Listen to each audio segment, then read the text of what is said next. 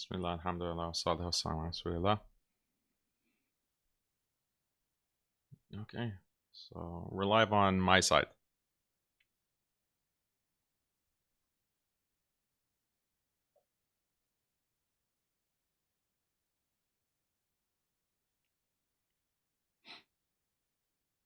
Okay, Dr. Shadee is getting set up. How's everyone doing? Hopefully the sound is good. And he's on mute right now, but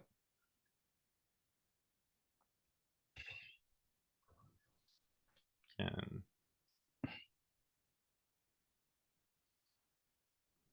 بسم الله الرحمن الرحيم الحمد لله والصلاة والسلام على رسول الله وعلى آله وصحبه ومن والاه. Welcome everybody to the Safina Society Nothing But Facts live stream as I sit here with a number of noble guests, including our the legend of what would we call it? Documentary making, filmmaking, who made our Prophet series, Prophets and Demons. Mustafa Davis is here watching, checking out our studio, and you'll see a new look, a better look, an educated look, instead of we just put this together ourselves, which, hey, was not bad either. I also have some noble guests from the land of Birmingham, and they brought the British weather. It's raining and clouding and miserable, basically, and very British today. The weather is very, very miserable and British. As we really are a few hours away from Morocco and France, since we can't actually have wars anymore, we actually do it on the pitch. And I don't even know, I'm sort of torn because a win for Morocco is a loss against Argentina, because the best chance to knock out Argentina, that's like my priority right now, is through Mbappe, the dictator. And I'm a fan of dictators privately.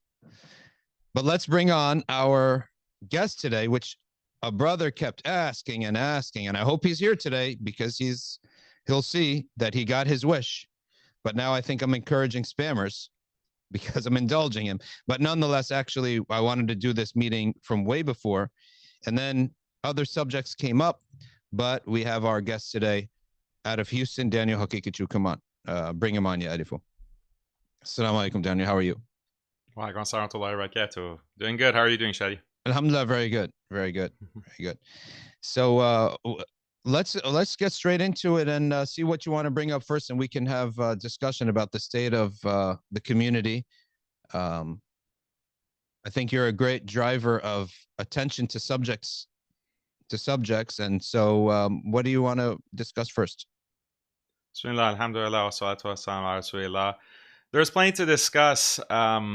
We have been talking to each other for a long time. I remember when you first came onto my radar was back in 2015. You put out a very scathing review, justified scathing review of the study of Quran and Hamza Yusuf and perennialism.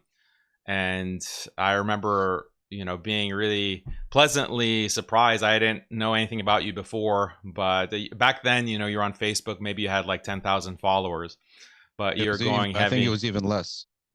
Yeah, maybe it was even less than that. And that was like the beginning of social media and like dawah on social media. So you had come out and really had a scathing review, like you were going into the study of Quran that had just been published from Sayyid Hossein Nasr, who is a perennialist, like an open perennialist.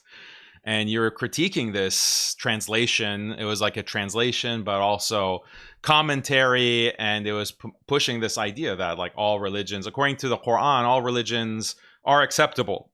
The perennial philosophy, that's what the perennial philosophy is all about, that there's all these paths, divine paths to God. You don't have to be a Muslim and submit to Islam. Like submission to God can be submission through Christianity or Judaism or even Hinduism.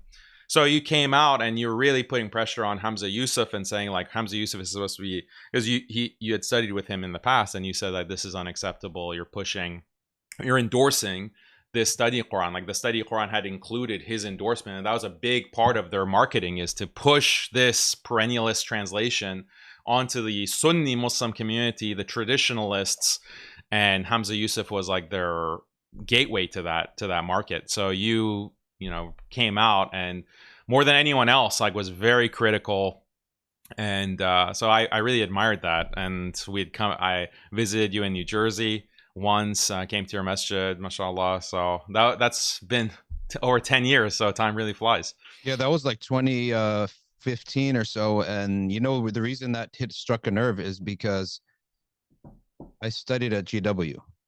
And at the time, Sayyid Hossein Nasr was known as someone who wrote these really neat books on Islam and science. But his actual philosophy was not known to the community. So my personal view is I wanted to get the fastest masters I could, and I wanted to be near Shuyukh. So Sheikh Mohsen al-Najjar was in Virginia. So I said, let me look up schools in Virginia since my parents were making me do a graduate degree. I didn't even want to do it. If it was up to me, I would have went to Mauritania, but they would have none of that. But when I got there, I got the shock of my life that they have this view, and they had Egyptians who believed in this, Turks who were believing in this, and their view is essentially that uh, the deen is not about salvation. Okay. And I'll clarify to emptying the cup what Sheikh Hamza openly stated, because he has said that he believes that the the perennialist idea, he believes that this Sharia has abrogated other Sharias. The follow-up, which he never really said, is that this idea is kufr. If you hold this idea, it puts you out of Islam. So when I got to GW, it was a shock of my life that they have this belief. They don't look at the purpose of religion as salvation and to be tested. They look at it as enlightenment. And you can get enlightenment from a lot of other sources. I mean, enlightenment by itself is a very vague thing. Who the heck knows what it is, right? That you can get it, and others have gotten it. And they honored Ramaswamy, some Hindu philosopher. They would honor these priests and people who they considered saints, usually Christians or Hindus. So now I knew this is nonsense. Sayyid Hossein Nasr at the time, he knew that I knew that this is nonsense. And I knew that he knew that I knew that he knew it was nonsense. And we had a cordial relationship, right?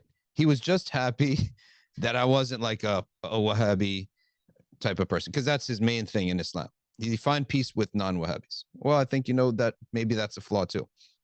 Maybe Ahl Sunnah should be a little bit more clear. But in any event, because on that they would be right. In any event, we had a good relationship. And not to make a long story short, we had a good relationship. He wrote me great letters of recommendation. I got into SOAS University of London. He loved my master's thesis on Sayyid Muhammad Ali Maliki. He gave me an A+ on it. We had an excellent relationship, me and him. As long as you guys are over here and I'm over here, right? And there's no mixing.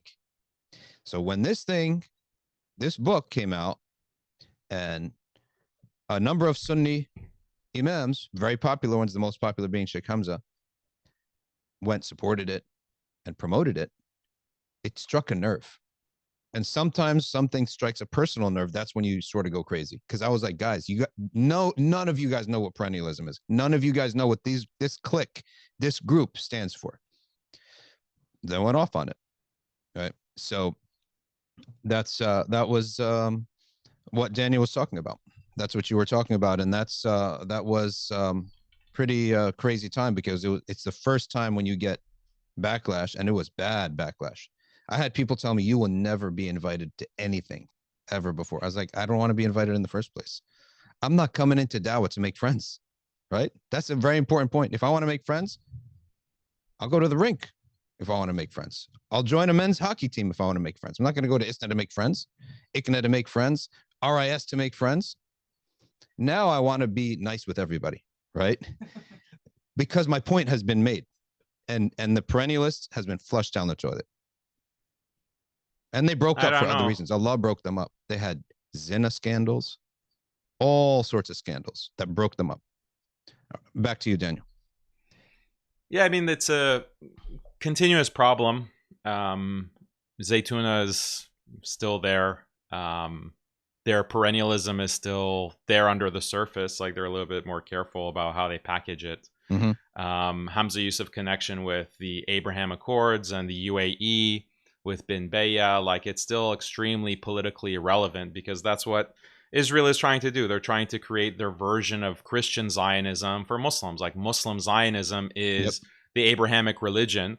And, you know, who are the traditional scholars that are there in Abu Dhabi or Dubai? It's Hamza Yusuf, it's Bin Beya. And so that strain is still kicking, and it's still, they're trying, and a lot of people that respect Hamza Yusuf despite his associations there.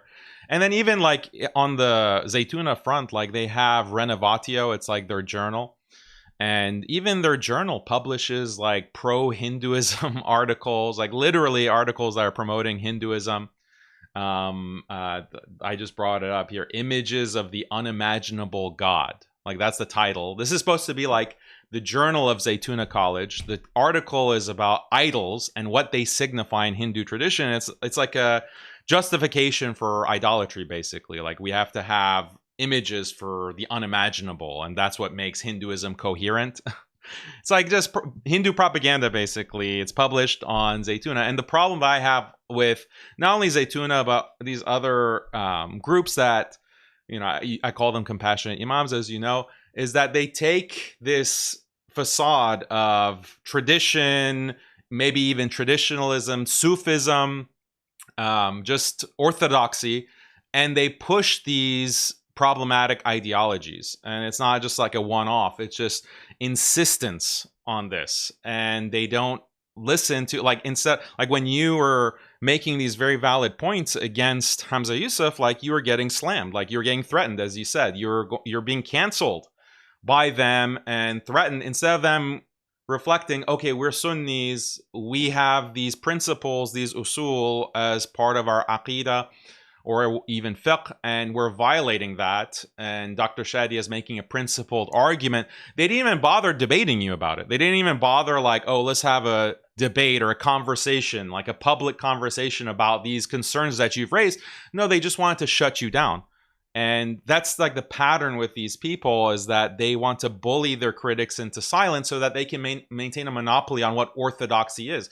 That becomes very dangerous, because if Hamza Yusuf is the picture in the minds of many Muslims as an orthodox sheikh, maybe even a Sufi sheikh who's connected to these scholars in Mauritania and others around the world, but he's like cool with perennialism, like he's down with perennialism, he's publishing like pro-Hinduism, pro-idolatry articles on his journal of Zaytuna College, like that is distorting in the minds of so many Muslims, minds and hearts of so many Muslims, what Orthodox Islam actually is. And that's such a big danger. And I really appreciate you going after him despite the personal costs that you had to pay.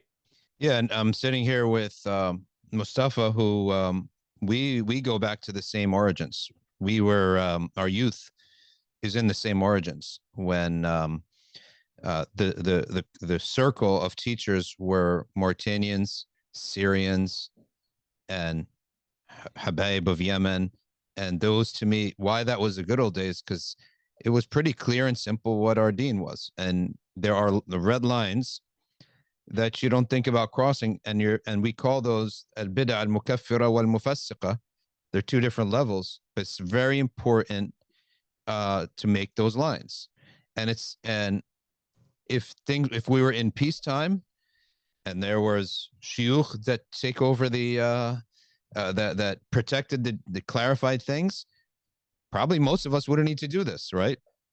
And we never got into this in order to go and slam people and say, that this is, call them out or anything. But when a red line is crossed, that's saying essentially you don't have to believe in the Prophet to be enlightened. It's like an absurd idea. Now, what does our religion tell us about this? When someone goes that route, you can't even befriend them. It's called bid'ah mukaffara. And less than that, bid'ah mufassiqa. Like you curse Sahaba, khalas, I can't befriend you. You can be my dentist, maybe. You can be my printer, maybe. You can be my neighbor, but we're not going to be friends because you crossed the line here. In fact, Sharia is more lenient with befriending a Christian, marry a Christian, right? because that distance in that creed is so clearly, obviously different. There's no confusion. So I always feel that the blurring lines is it's unsettling, and that's why it's very important to know what are the lines that render something a bid'ah mukaffira, bid'ah mufassiqa, and those are the lines. Hard red line, soft red line, thin red line. Then you have the bid'ah ghair mufassiqa, which something you totally believe is wrong, but the rights of brotherhood are still there. I'll tell you right now one of the examples. One of the shuyukh, his own brother-in-law, is a great sheikh. He's a wonderful sheikh. He gives the best lectures, but he holds Ali is the great. Sayyidina Ali ibn Abi Talib is the greatest creation after the Prophet sallallahu alaihi wasallam. Of course, his institute had to release a message saying that this is a bid'ah ghair mufassiqa, meaning it's that's no Sunnis say that, and we don't categorically make claims that that Allah didn't make, the Prophet didn't make, and the ijma' of the Sahaba didn't make. In fact, the ijma' of the Sahaba held Abu Bakr Siddiq. They gave him the khilafah. That's even greater than saying he is the most virtuous, right? So, but that's a bid'ah ghair mufassiqa. That means we're going to disagree with you on this. It's not up for opinion or discussion, but the rights of brotherhood remain. And the rights of love, compassion, suhbah, we can pray behind you, we can befriend you. But on this subject matter, we have to draw a circle. So that's why it's critical for people to know these lines when you live in a cosmopolitan area like the way the whole world is pretty much now, so that the fundamentals of your belief and deen aren't negated. Yeah. Yeah, I agree. The issue that we see so much with American Muslims is the politics, like the political dimension that people don't realize, because so many of the things that are put out as religious instruction, or whether it's a conference or lectures or a Ramadan series, like people, random Muslims who are consuming this through social media, or they're at their masjid listening to a khutbah, they think that they're getting like Islamic instruction. Like, okay, we're learning ilm actually. And in reality, it's like a very carefully curated package, like a political package for a political purpose. And they just don't realize it. Like, and this is the idea of a psyop. Like, they're just being psyoped. And I feel like the Muslim community around the world, but especially in the US, like we're constantly being psyoped by different political actors. And I've been focusing a lot over the past 2 years on Wahhabism. And people don't realize that Wahhabism is something that from its very beginning was using theology to push a political program. Using this idea, like this very specific conception of Tawheed that was invented by Ibn Abdul Wahhab in the 18th century, using that to advance the political interests of Ibn Saud, like basically this warlord in Najd. And like, if you don't come under the authority, under the rule of Ibn Saud, you are a mushrik. You are a mushrik, and we have the right to do jihad on you, to kill you, to enslave your women and children, to plunder your property. Like, that was theology in service of politics. And the same thing is happening, you know, with the Abraham Accords, the Abrahamic religion, perennialism, that side of it that we mentioned. And the same thing is happening with like liberal politics. And there was an actual email that went out to Masajid in Southern California. I don't know if you saw this, but they were saying that this July 4th, there's been a lot of anti-Muslim sentiment rising. You see Donald Trump, you see the Republicans in general, they're putting out this very harsh anti-Muslim rhetoric. And so in your khutbah, because the Friday was July 3rd, July 4th, Independence Day in the US was on a Saturday.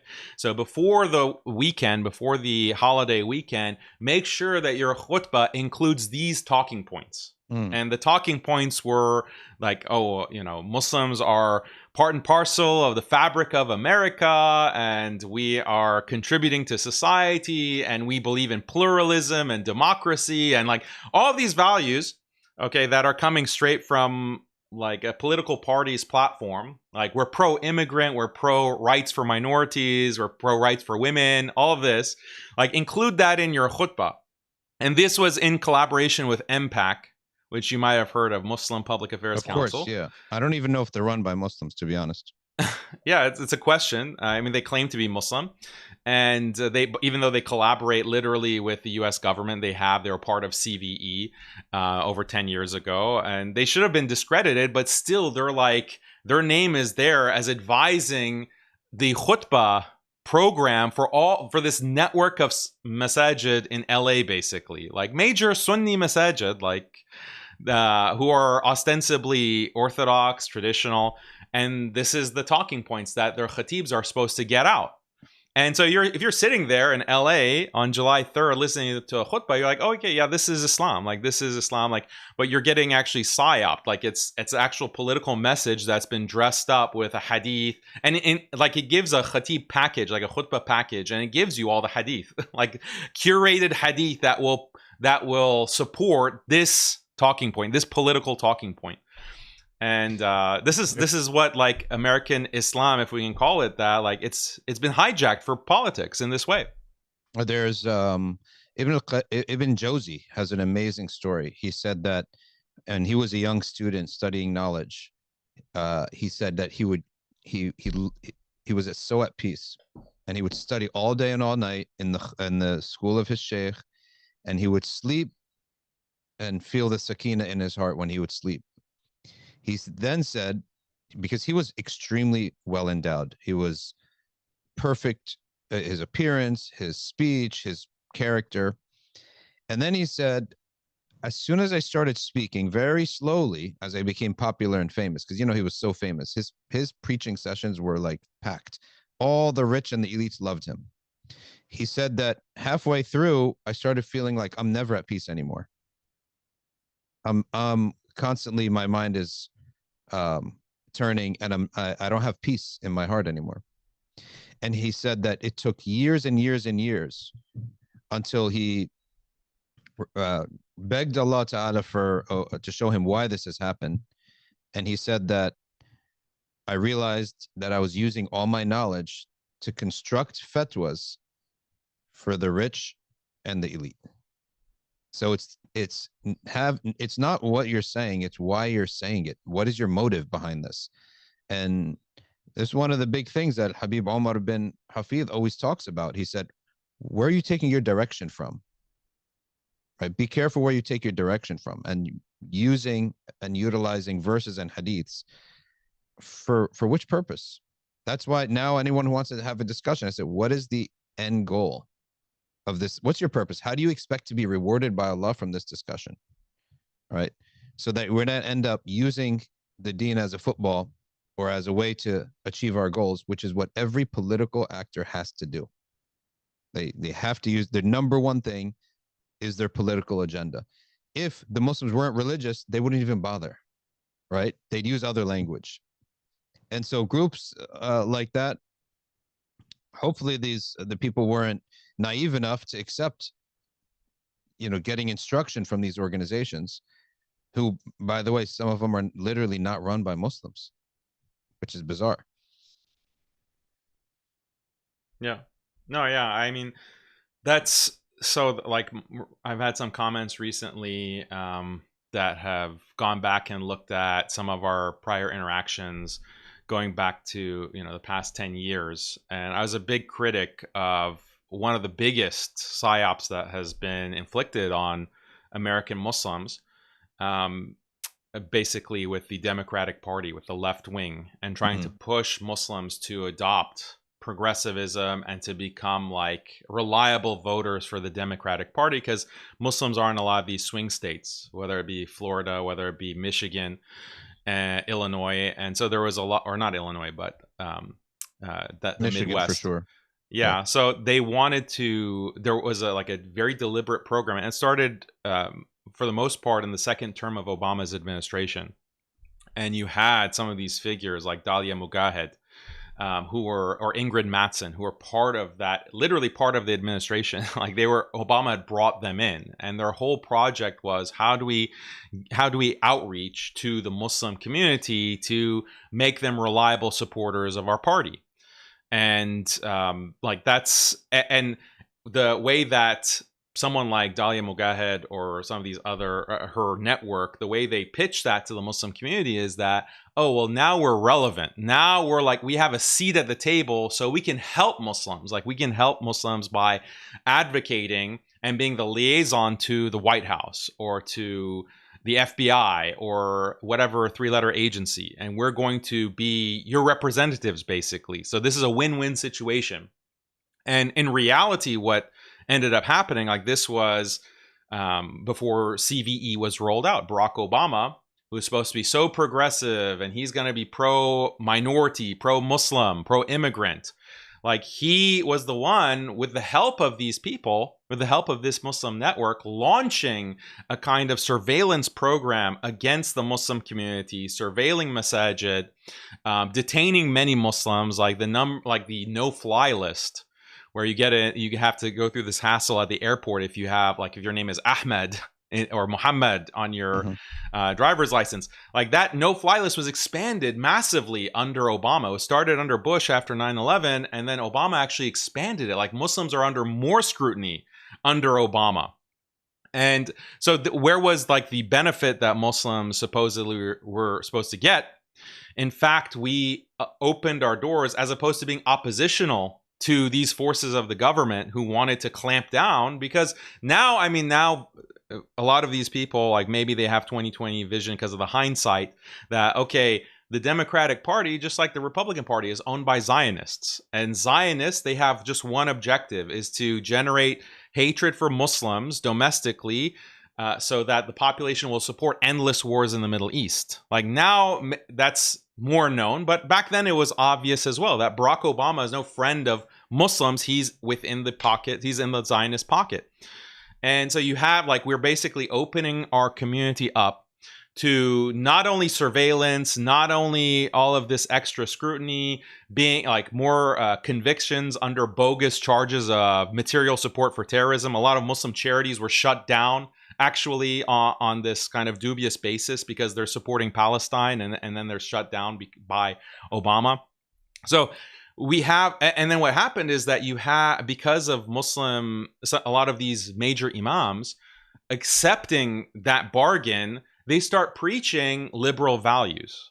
They start preaching like more forcefully, like feminism, more forcefully, like pro-LGBT, more forcefully this idea of, like, you know, as Muslims, we're just part of the melting pot in America. Like, we're part of the melting pot. Whereas before, like, if you recall, like from the 90s or early 2000s, like, the whole posture of Muslims, especially like that second generation of Muslims, was that we want to spread Islam. We want to spread the message of Islam, and we want America to become a Muslim country, like through our dawah efforts, by preaching the truth, by preaching these Islamic values, which is a solution for all of these problems that the world is suffering from. That's our mission. That's the purpose of dawah. And then there was a shift, you know, over the past 15 years, definitely since 9/11, that no, we just want to be a model minority. We want to be good little citizens, and we want to just fight for our rights, but it's not just our rights, the rights of everyone. So we're going to fight for the rights of Muslims, the rights of blacks, the rights of Latinos, the rights of immigrants, the rights of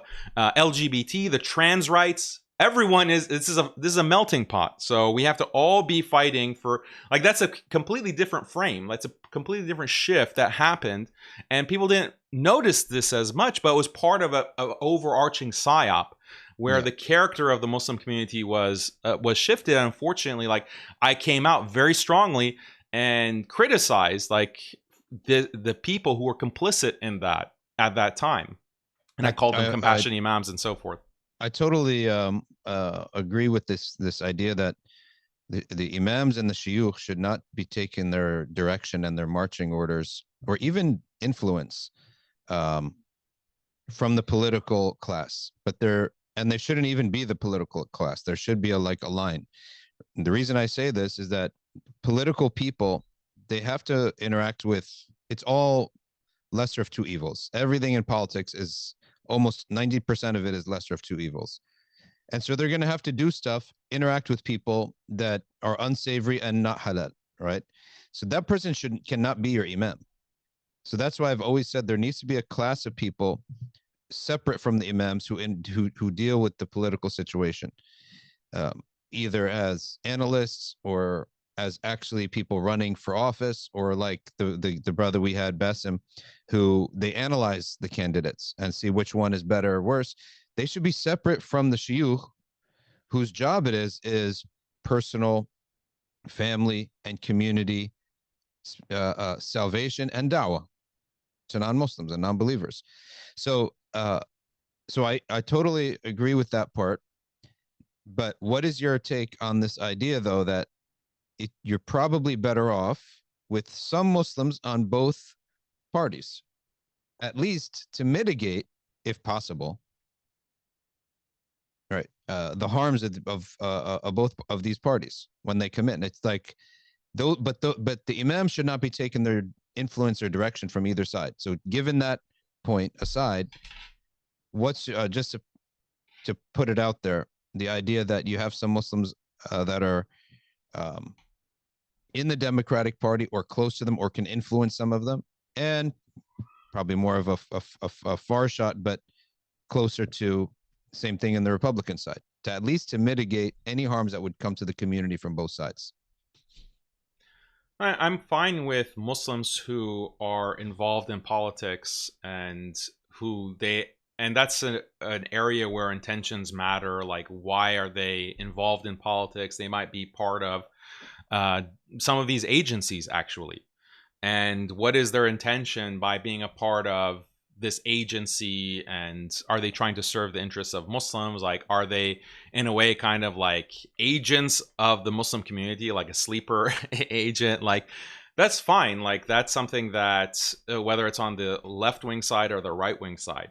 The problem, and this is exactly what you said, which I 100% want to reiterate and agree in agreement with, is when the religious leadership is involved and is implicated, because there is a conflict of interest, as you said.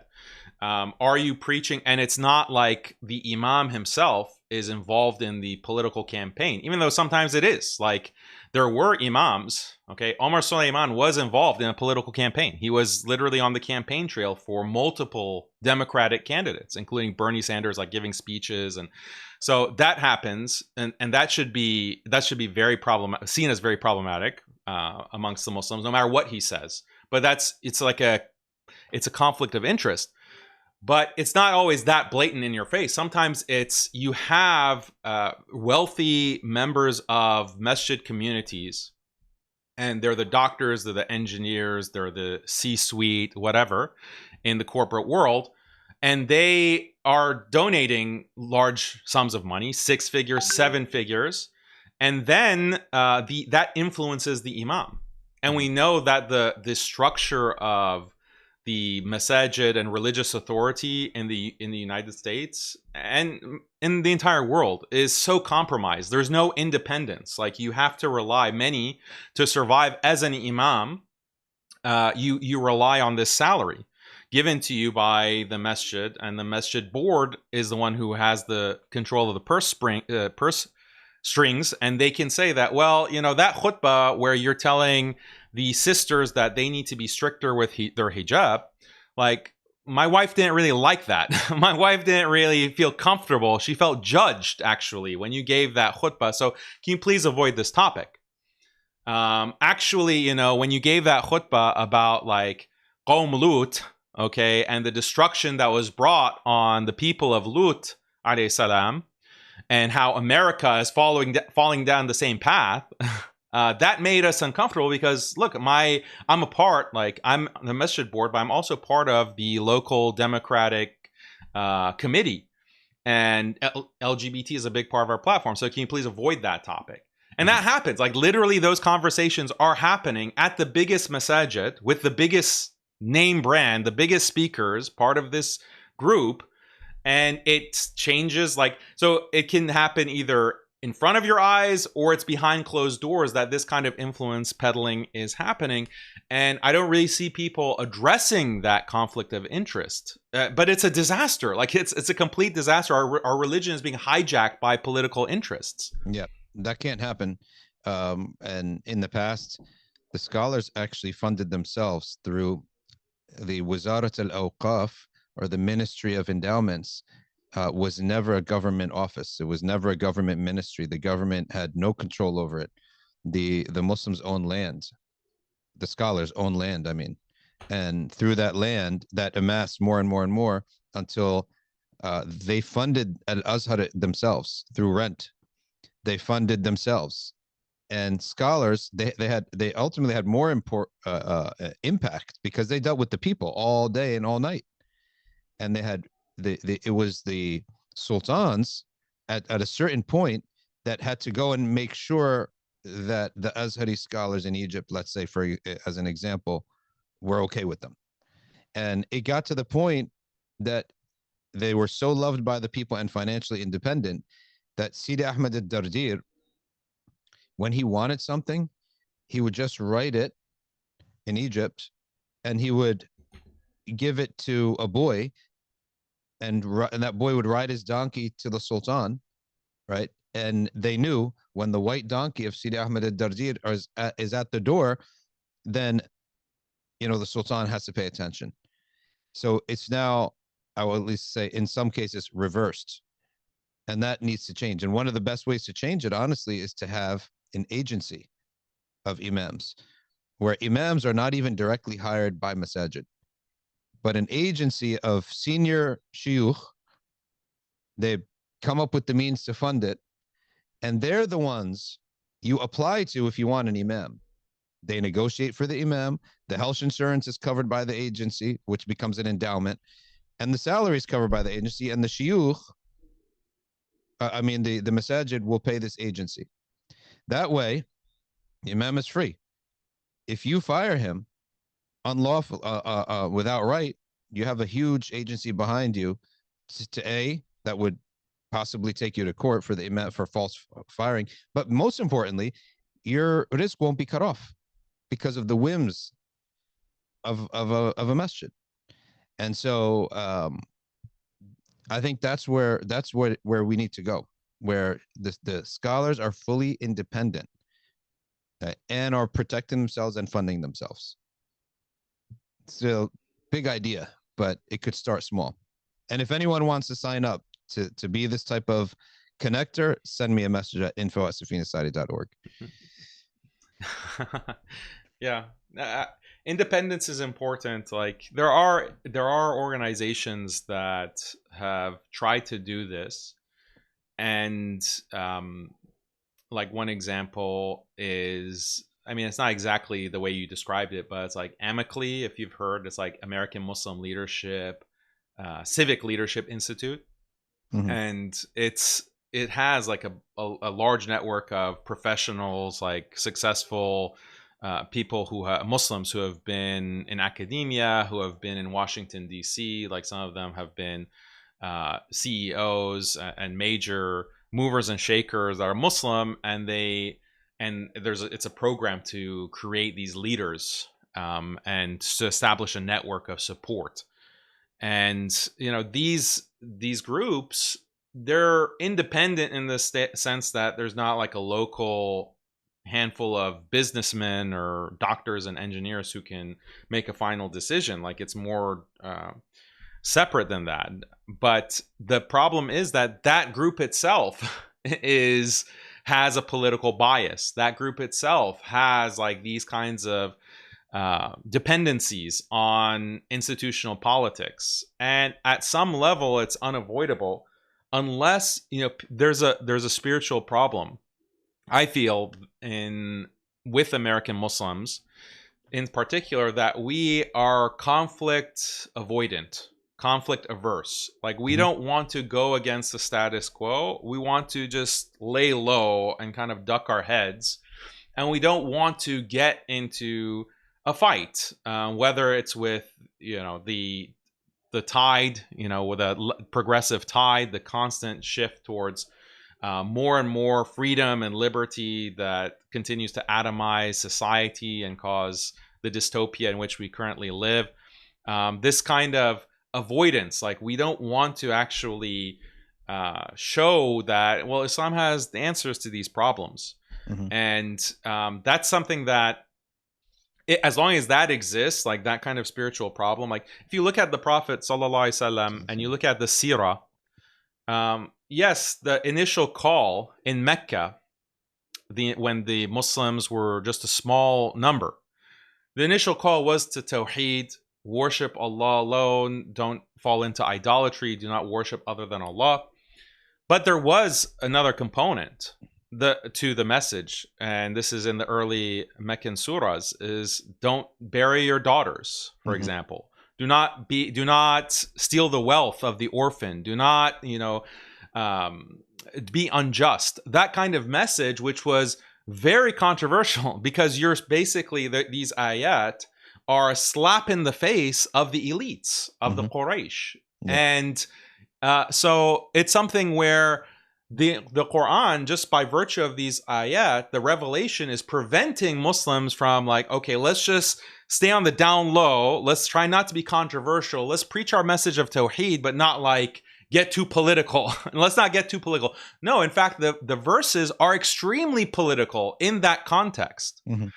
Despite the Muslims being weak, despite the Muslims being so like sometimes there's too much pragmatism packaged as hikmah, too much pragmatism, like a blameworthy amount of pragmatism that is excused as, oh, we're just being wise in our situation because we're playing the long game. No, you're not playing the long game. You're actually being cowardly, and you're trying to use this as a excuse.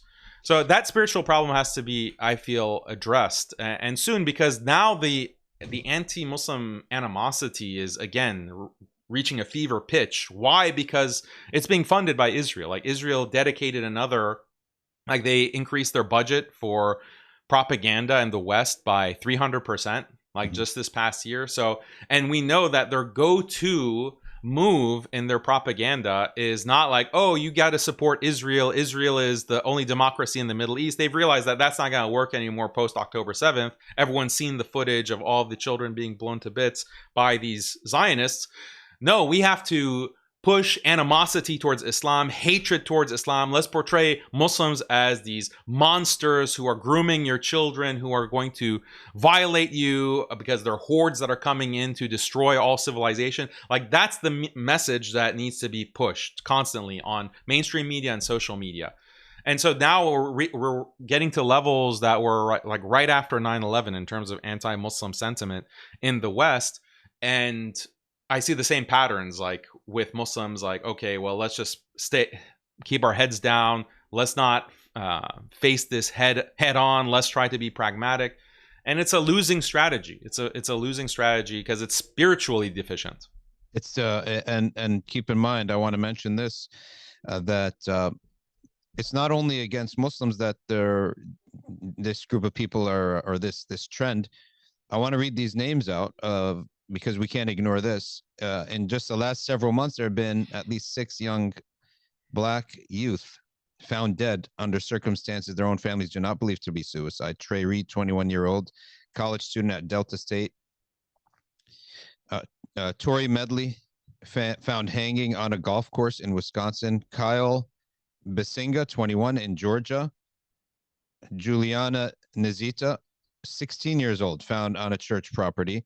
Tonia Nicole Miller, 27, found in a park in Miami. And most recently, Nolan Wells, left alone on an island by friends on the 4th of July weekend and found dead. So each one of these, it is maybe alleged or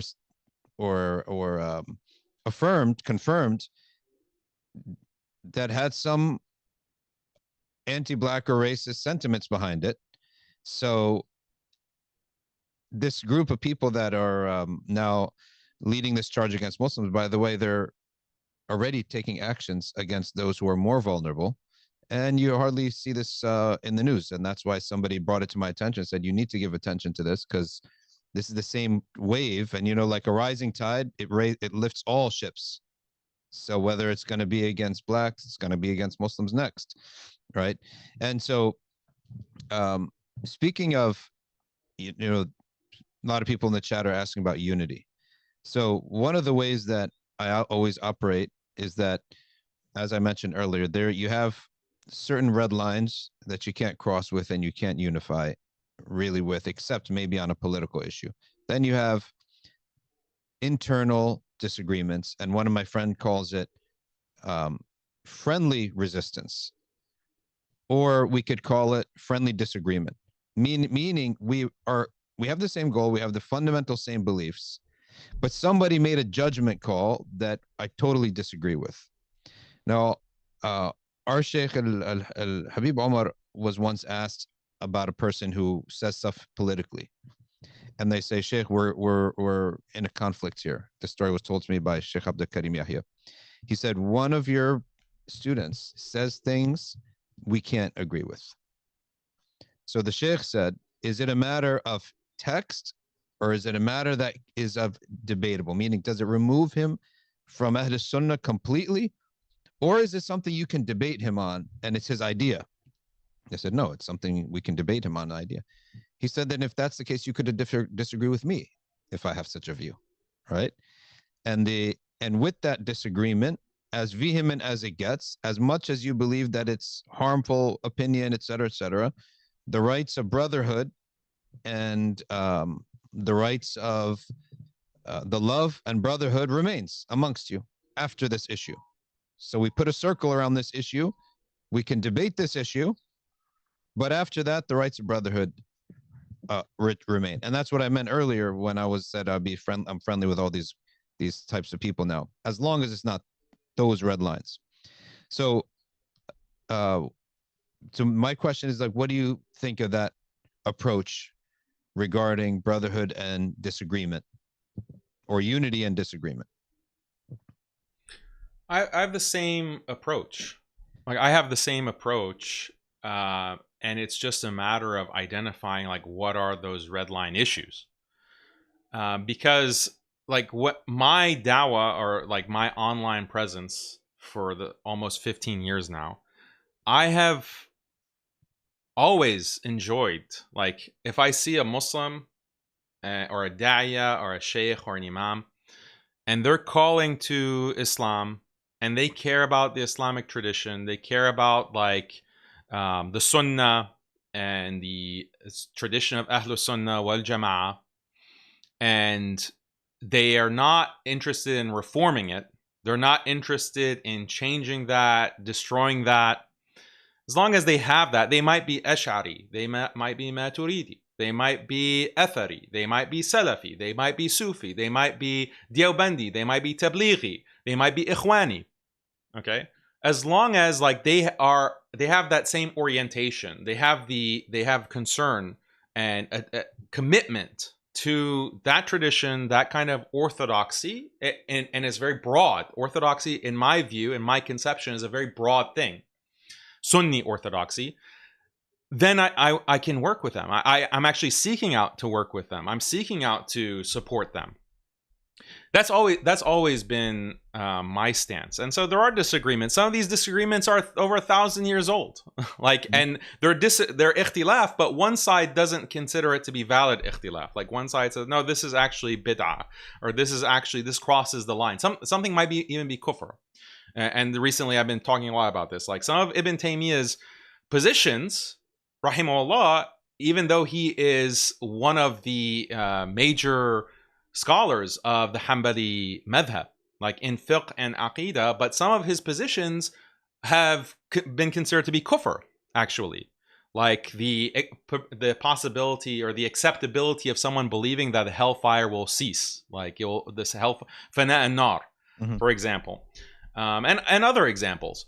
So that's always been my position. The problem is, like, when it comes to politics, like a political psyop, that's when the future of the ummah is actually at stake. Like, the future of orthodoxy is at stake, because someone's coming in and saying, no, orthodoxy means this, and they're bringing something new. Okay, if someone comes and says, orthodoxy means that, yadullah, we should do tafweed of that, like we should do ta'wil of that, or whatever else. Like, someone says, like, that's the orthodox position. Okay, like, that's been debated for 1,000 years. That's been debated, and it's been subsumed under the larger umbrella of Islamic orthodoxy. It's like 1,000-year-old debate, or more, actually, 1,200-year-old debate.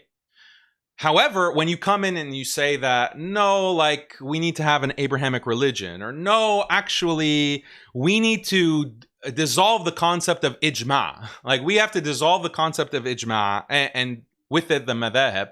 Like that's Yasser Qadi's view. Like Yasser Qadi, in his push for reformism, wasatiyya, like his conception of fiqh, he dissolves these concepts. And so he's bringing something new, something radical that is very dangerous for orthodoxy. And so that you're crossing a red line. And that's my position. That's why I take a harsh stance and insist on like, no, this is not acceptable. As long as you're pushing for this kind of position, we can't like let go of this. We can't just say, oh, let's just be friends and move along. And this is just like constrained to this circle and we can just get along on everything else. No, this is like fisq or worse. This is bid'ah or worse. And you're insistent on it. And that's like been my stance, like with all of these people that I criticize, like it's tadarruj. I've taken a gradualist stance.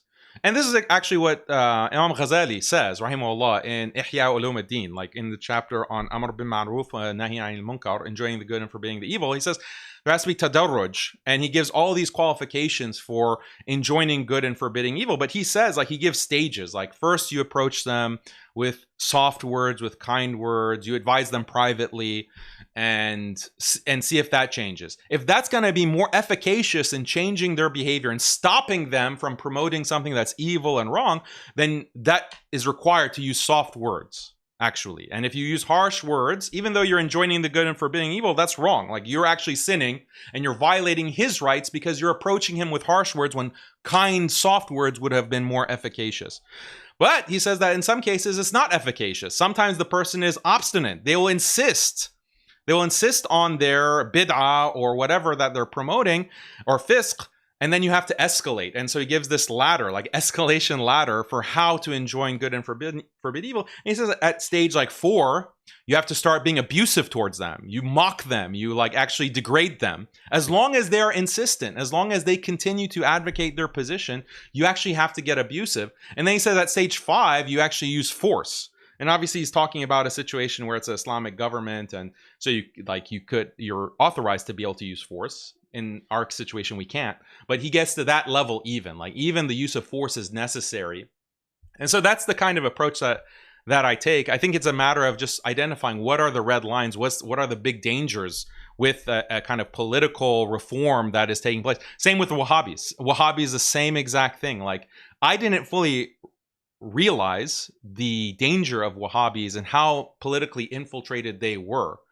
And in the past, like we can talk, I'll let you respond to what I just said, but Wahhabis as well. Like I didn't fully understand, like, okay, Wahhabism, I thought it just meant like, okay, you had Ibn Abdul Wahhab, he was a Hanbali. He was a Hanbali, and so he had some harsh views against Sufis, against like some of these practices of grave veneration. And so this is a matter of ikhtilaf that has existed. I was very wrong about that. I was very unbelievably wrong about that. I didn't discover until I saw the kind of backlash that they gave against me, okay, because I'm so naive and trusting that it started back in 2022 when I started criticizing Saudi Halloween. I'm like, these celebrations in Saudi, this is not Islamic. And like a very basic thing, like the basic point that any Orthodox Sunni would feel comfortable making. It's not controversial. And I got blasted an entire campaign against Daniel. Daniel is a Khariji. Daniel is like literally calling for my death. And that was the first like wake up. Like, okay, looks like there's more to this story. And then the biggest wake up call was after October 7th when I saw these Wahhabis almost takfiring or getting close to takfiring the Palestinians for various things. So yeah, that's let's take this as an example. I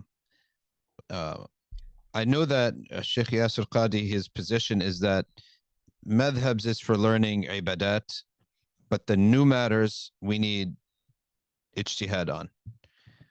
So, but and he sort of looks down a little bit and calls them ossified schools of thought that are repeating the same ideas but not offering contemporary solutions. So that could be debated and discussed. But I personally haven't heard him say that they should be sort of dissolved and that they shouldn't be acted upon. So I can't ask you for like receipts right now, but obviously, but maybe you heard something different, but I know his position on madhabs is almost like a madhabs is for like youth to study the fiqh of ibadat, but once you become, you know, more learned, you need to sort of break free from these old books and think for yourself, right? But with scholarship. So have you heard something else? Because just what I've heard from Sheikh Yasir Qadi is worthy of disagreement, as opposed to, let's say, heretical. I would call it like a disagreement. I would say maybe not even room for interpretation on it, or a vehement disagreement. But since you mentioned that, is there some other information that we don't have? Yeah, these aren't new statements from him. He has stated, and I've covered it like on my channel. Mm-hmm. He'll say things like, you know, we don't care how many scholars held a position and the stature of those scholars, it doesn't matter. They were men and we're men as well. And, you know, we will do our ijtihad just like they did their ijtihad. Like that sentiment he has been very clear on and insistent on. And that's part of why he started his seminary. Like he started a seminary for this purpose. He wanted to train like people who could be able to do that kind of ijtihad in the way that he does, And so he's coming from a tradition that's called wasati, like a wasati type of approach to fiqh. And they make this kind of distinction. They say there's the ibadat and then there's the mu'amalat. And when it comes to mu'amalat, that's where we do our ijtihad. We leave the ibadat, but we do our ijtihad in the mu'amalat.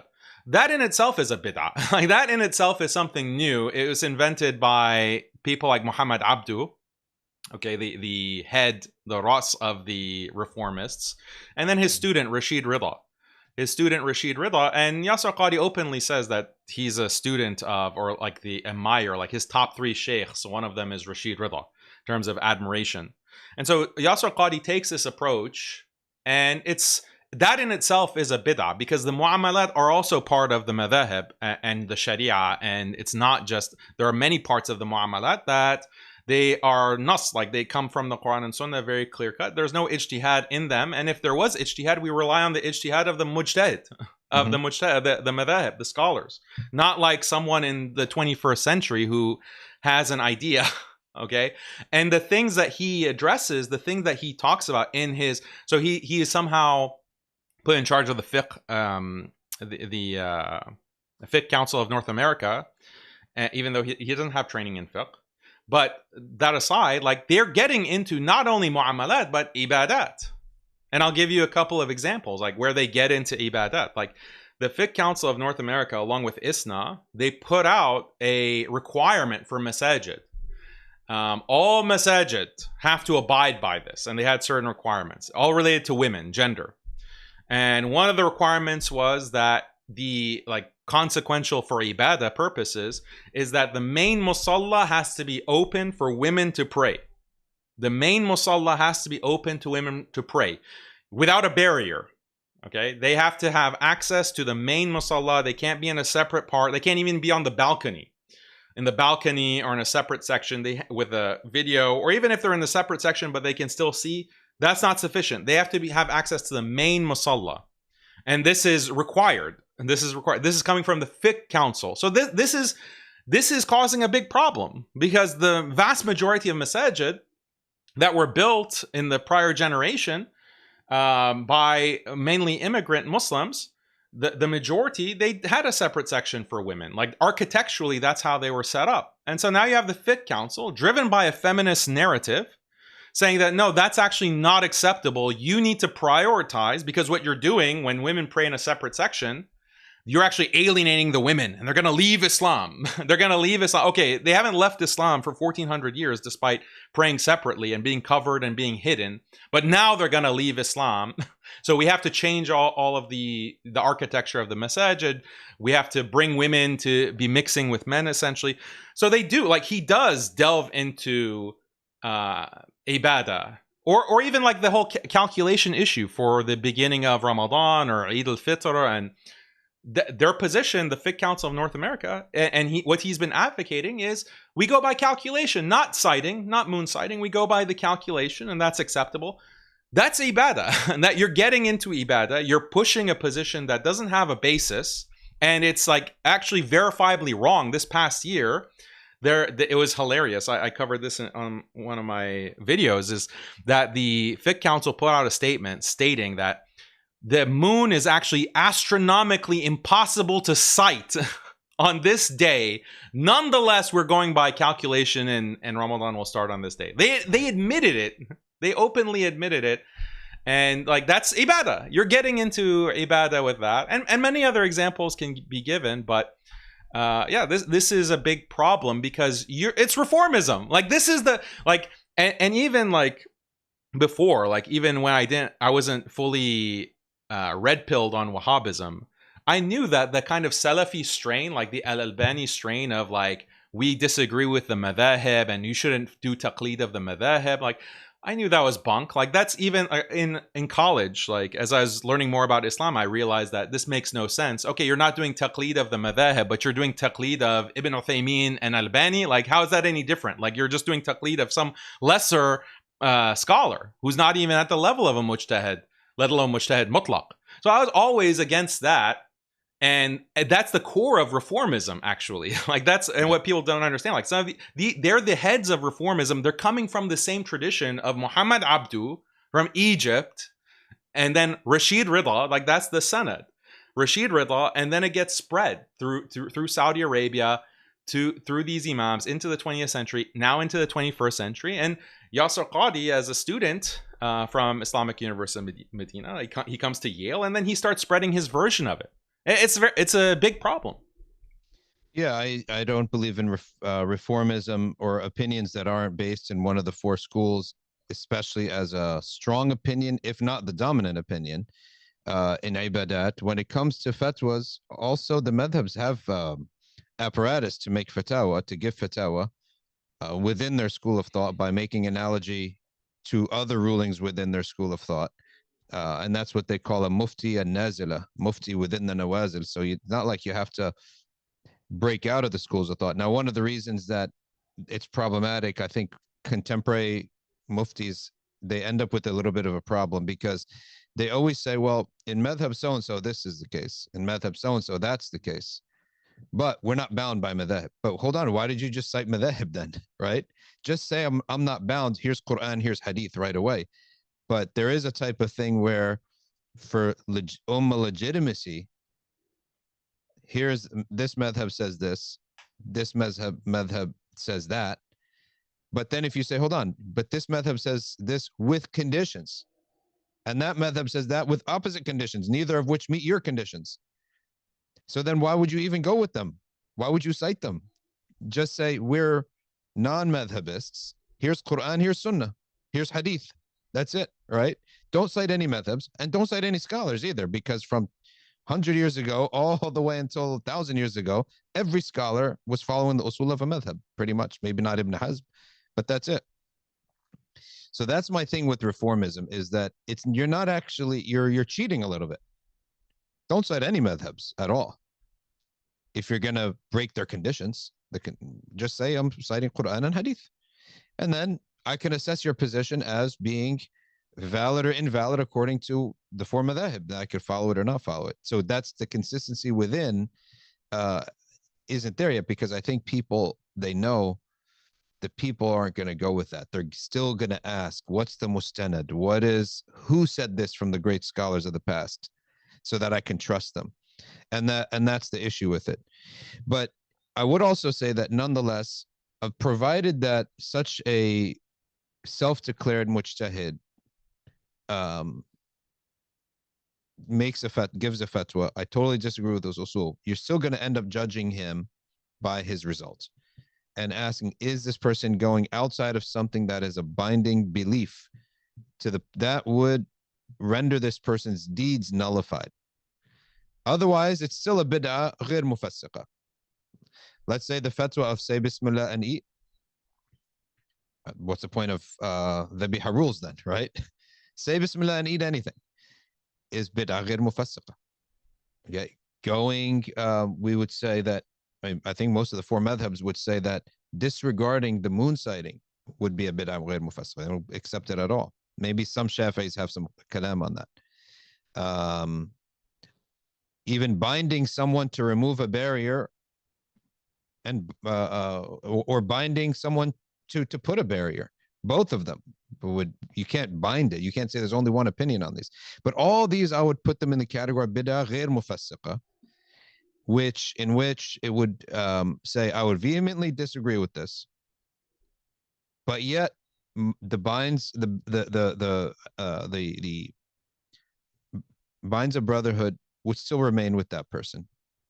So that's the balance there, and that's why, despite I actually agree fully with your anti-reformist positions, but I still feel that some cordiality with those individuals also has merit, because if they're too isolated and too if there's no dialogue, then in that case I think things could get worse.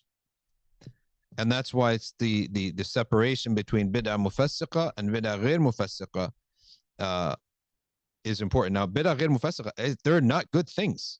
It's just not at the same level as, let's say, someone becoming a Khariji or a Shia, in which case you don't have any relation with them.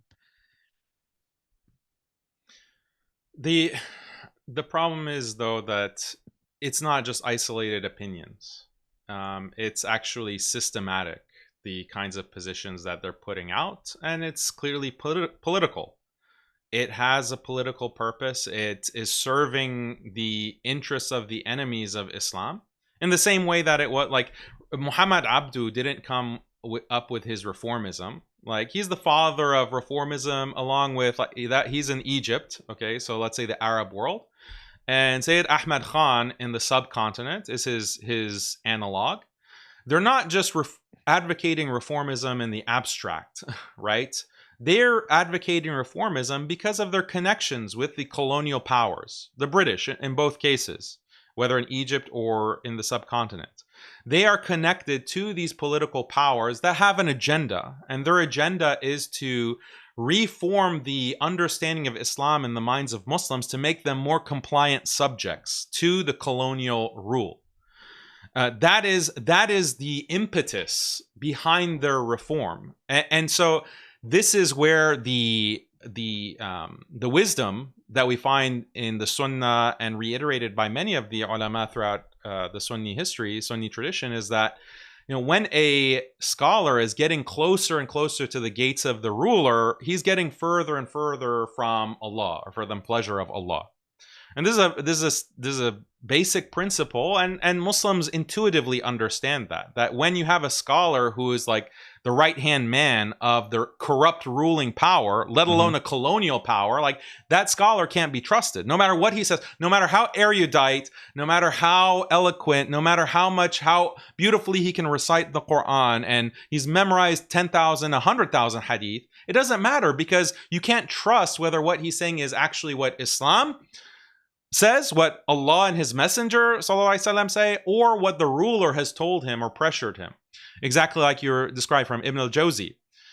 So when you have these individuals, okay, and I don't want to focus on one particular person, but their connections with the U.S. government, okay, of all governments, the Zionist-occupied U.S. government is so well established, so clear. They're proud of it. They're proud of their connections. And that is what is behind, that is the running theme behind their reformism. And so, yeah, they are going to be very diplomatic. They're going to be very careful, especially like someone like Yasir Qadhi. He's very careful about how he phrases things, because he knows the sensitivities of the religious Sunni Muslims. And so he's very careful in how he packages things. He uses his own, like, gradualism in pushing certain things. Like, only recently he's been bringing question into the objective basis of hadith, whether hadith can be reliable. He's attacking the preservation of the Quran, even, like, the holes in the narrative. Like, it's on and on with this guy. But it's not just, like, you can't look at things in isolation. Okay, this one opinion that he has, this one position that he has. You have to look at the overarching picture and the connections that some of these individuals have with government officials, with government agencies, with people who are working with the government, and they're either open about that or it's being documented, like publicly documented. It's not like we're spying on people. Like they're openly talking about it. It's like in the New York Times, like being published, like how they're going and sitting with these officials and advising them on how to better police the Muslim community, like collaborating with the FBI, like bringing the FBI into their masajid, for example. Like all of these things paint a very clear picture, and it's contrary to the interests of the Muslims. It's contrary to the interests of Islam, and that's why I think there needs to be a very harsh approach, just as harsh as with the Wahhabis. With the Wahhabis, like their theology and service of politics is causing the death and genocide of the Palestinians. Like it's a factor in that, and it has been historically. And I don't want to get into that. How the Wahhabi state, how the first Saudi state in the 20th century allied with the British against the Ottomans, and that led to the creation of Israel. But they've always like betrayed the Muslim and Muslim interests for the sake of this political program that is coming from the colonizing power, from the British or the Americans, and that's extremely problematic. That you're using theology for a political purpose. So yeah, that's why I think that harshness is merited. I was just talking to a brother who gave me a call, and it seems that he does have. He does support most of the Salafi or Wahhabi aqaid. We didn't discuss everything, but some of them. But it seems to be that he was upset or maybe even offended that Wahhabis are lumped into one barrel. So, of course, as you know, time goes on and things get more distinct. So what do you say of those who are promoting some of those aqaid points without promoting the violence? And almost like a little, see, always the problem is that someone's going to say, well, I'm part of that group, but I don't believe that. I'm part of this group, but I don't believe these people should be killed. I have those beliefs, but not those, other parts of belief. That's how do you navigate the challenge of groups and group names where someone's always going to tell you that, and someone's always going to separate themselves, from one of these elements? I think that I'm careful in the way that I talk about Wahhabis, because I make a distinction between Wahhabis and Salafis. Mm-hmm. Salafi is a loaded term, and it's not very clear. It hasn't been clear, like, what does Salafi actually mean? Because does Salafi, for example, mean, like, Muhammad Abdu was considered a Salafi. Like, Muhammad Abdu, like, even though he didn't coin that term or use that term, Rashid Rida, his student, was considered a Salafi. And what they meant by Salafi was discard the madhahib and the ijtihad of the madhahib and go back to the Salaf. Okay, and we know how incoherent that is, but it was in service of their reformism, which was in service of British rule. That's one conception of Salafism, and obviously we reject that. And some of the traditional Salafis, what are considered Salafis today, they would reject that as well. Does Salafi actually mean like, it actually means that you're following Hanbalism, like in fiqh and aqidah? If that's what you mean, then that's not problematic. Like, as far as I'm concerned, like, and as far as you're concerned as well, because I think you have like Hanbali aqidah being taught at Safina Society, right? Yep, so you have like, so that's okay, no problem. Like, if that's what you mean by Salafi, it means like following Hanbali Aqidah or even Ibn Taymiyyah's Aqidah. And there are differences. There are significant differences between Ibn Taymiyyah and Imam Ahmad Ibn Hanbal. Okay, fine. But at least that's something that has some basis in tradition that's prior to modernity.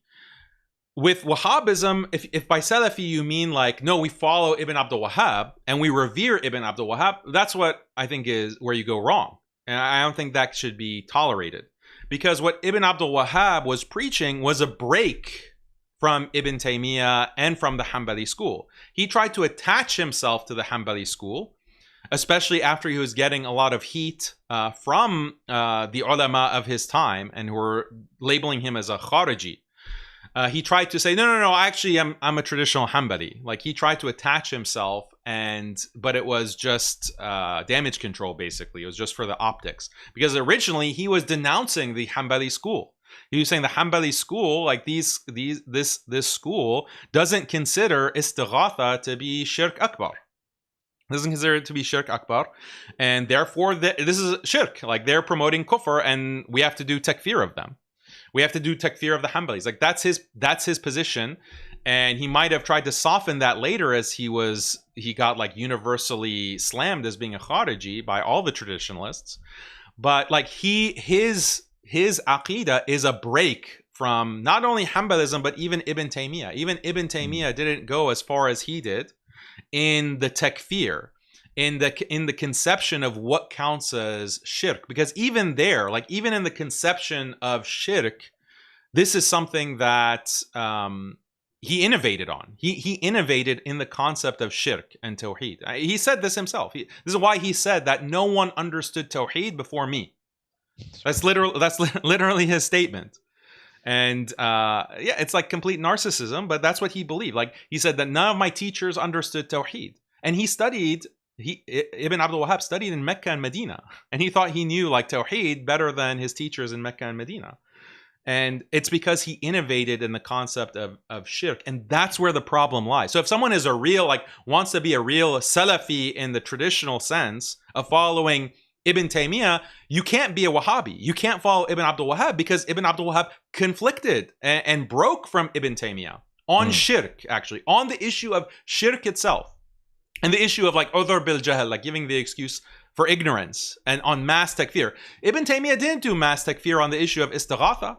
He even refrained from doing like individual takfir on the issue of istighatha. That's very different from Ibn Abdul Wahhab. Ibn Abdul Wahhab was takfiring his own brother, Sulaiman ibn Abdul Wahhab, because Sulaiman did not agree, even though Sulaiman ibn Abdul Wahhab, his brother, was a Hanbali, and his brother also took like the Ibn Taymiyyah position on istighatha. Okay, that istighatha can be considered to be shirk. Like, he took that position. He was still takfired by his brother because his brother didn't agree with the mass takfir and declaring jihad and like killing Muslims, and like his brother believed in udhr bil jahl in the same way that Ibn Taymiyyah did. So he was also takfired. So you can't be like a follower of Ibn Taymiyyah and Ibn Abdul Wahhab at the same time. Mm-hmm. You have to choose one because they're mutually exclusive. Yeah, it's the politics is intertwined too when you're running a state. And on this, actually, Yasir Qadhi spoke on this live stream about that, and he talked about the 3 phases in which once they became a state, they had to soften a lot of these ideas, because you have to have delegations, and you can't have animosity with your neighbors all the time. It's not going to last. So those 3 phases were interesting that he mentioned. Did you read that book by any chance? Yeah, I've started reading it.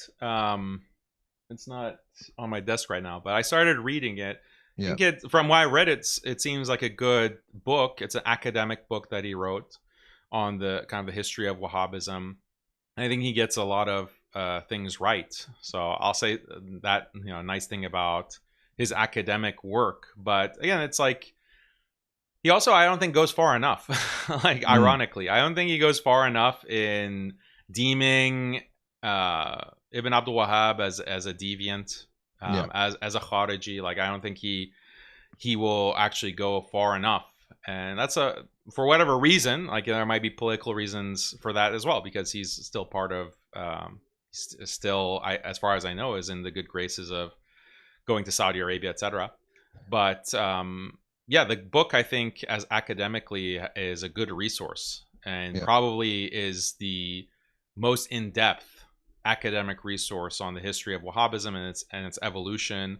And he brings in a lot of these points all the way to the Sahwa movement of the past 30 years. So I think, yeah, that's a good resource. I'll say something nice about Yasir Qadhi. Like, that's a good book academically.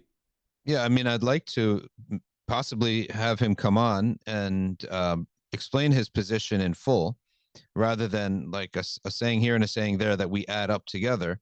Just maybe soon he'll publish something on like his usul al-fatwa fleshed out, and that way there won't be any gray area on what his position is on something. And I think that's the best way to go about interacting with someone like him, influential in the community, because let me tell you, the main driver of why of Sheikh Yasser Qadi is his preaching clips, like his regular clips, like khutbah clips or whatever.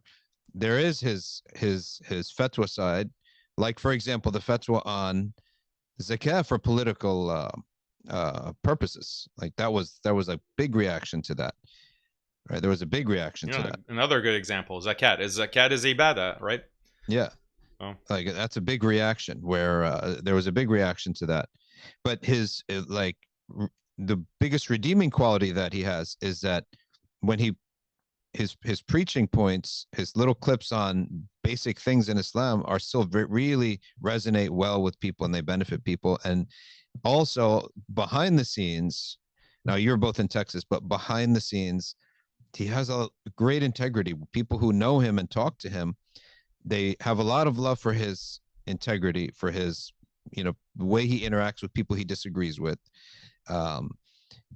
We've had a lot of disagreements ourselves, but he seems to be very mature about that, which is why I think that he's somebody worth to continue to have a dialogue with and discussion with and push back on these points. So maybe, I should have him on to say, well, what is your usul al-fatwa? And then we could, discuss it and push back and forth, because he's somebody that seems not to take a lot of things personally, which I found, is really a good quality when you're out there in public and people are gonna say stuff about you. So it is a good idea. Maybe if you can get on that and we could discuss his usul al-fatwa, and he can come on and defend his position and explain it to everybody. He also has another a position on Aqidah, that he's not bound by any of the schools of thought. I said, okay, Allah never told you have to be bound to a school of thought, right? But the question will become then, well, what do you say about this subject? What do you say about this subject? What do you say about that subject? There's a lot of different, sub topics within Aqidah that need to be fleshed out. So in any event, moving on to the Muslims way. Yeah. Can I just say one thing about that? Like, sure. So I am happy to talk to anyone as well. Like, I've invited Yasser Qadi to speak. Yeah. And I obviously knew him privately. Like, he is the one in 2012 who invited me to speak at Al-Maghrib and do a workshop basically for his Ilm Summit.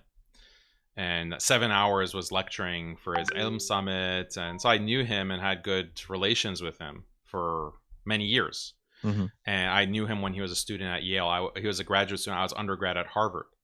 And so we go a ways back. But the problem is, and yeah, he has integrity as a person, but he does not like to be criticized. And I think he deserves, like, he merits not just, you're in good standing as a scholar, but we have this issue of ikhtilaf. Like, it's not an issue of ikhtilaf. Like, he has this kind of political connection, and he's pushing things that are very problematic. The zakat in politics, I didn't even remember that, but that's a huge violation. And he got slammed, okay, the Fiqh Council of North America and AMJA, because it wasn't just Fiqh Council, it was also AMJA, another increasingly problematic group. And they're pushing this idea, like contradicting Islamic tradition, to push this new concept of zakat. Give your zakat to a non-Muslim political candidate, not even someone who's in power, just someone who is like a candidate. Like, we can give, that's a legitimate recipient of zakat. Like, that's insane that they go to that extent. And again, like, it's duping the Muslim masses. It's like people who don't know better, they just see, oh, this is a sheikh. Oh, it's Sheikh Dr. So-and-so, Fulan. And there's a responsibility for people who carry knowledge and they are carriers of the Islamic tradition to prevent imposters, like prevent these people who they have the trappings of orthodoxy and tradition, but they're preaching anything but. the exact opposite of tradition they're preaching. Like this is enemy from within, enemy from behind enemy lines.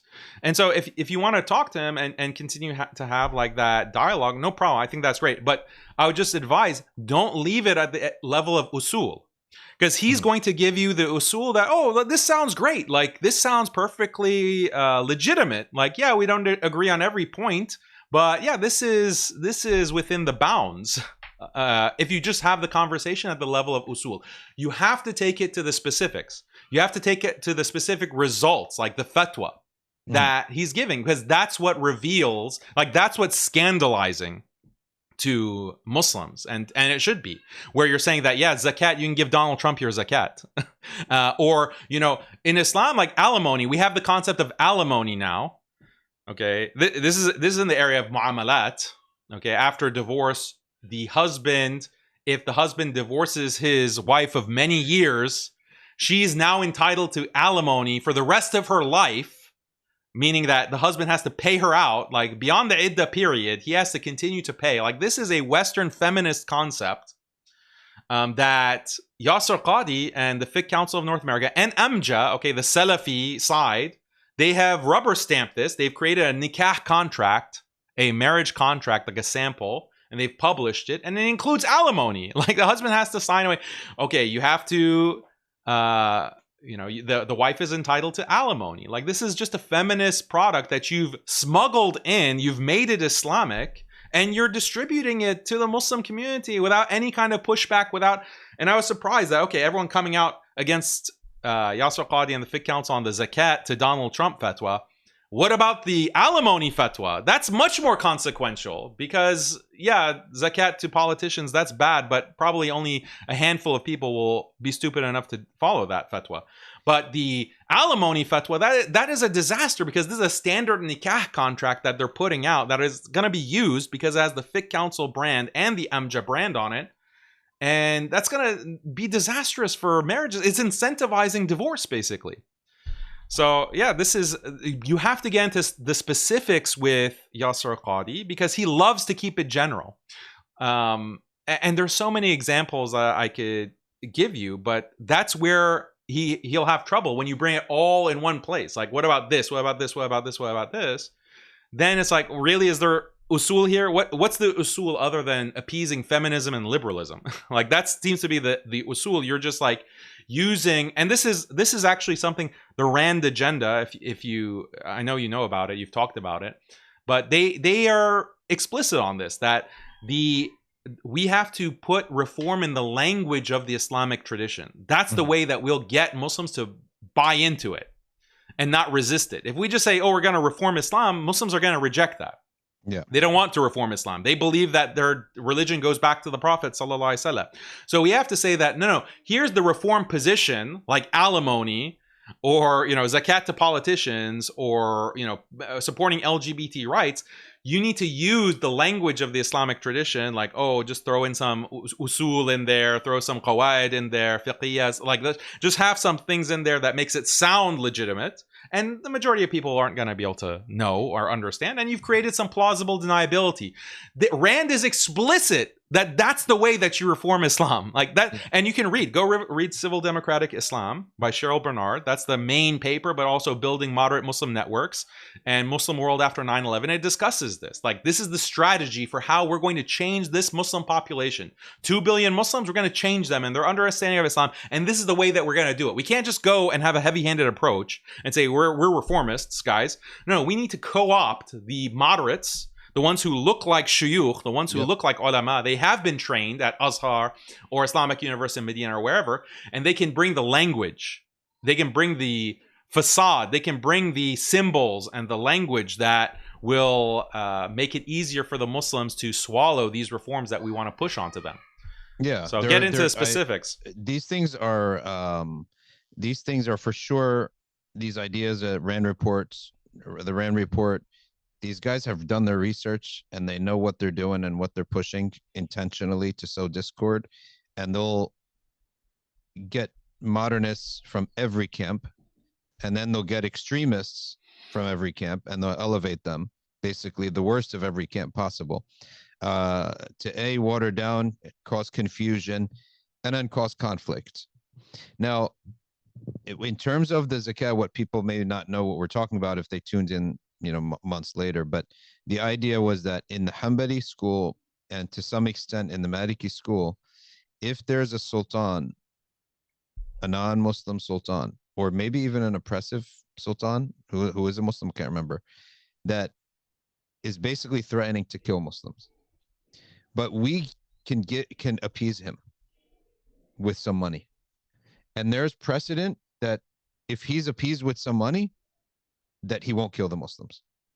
Then we can give him zakah. It's like a darura. It's like a dire need.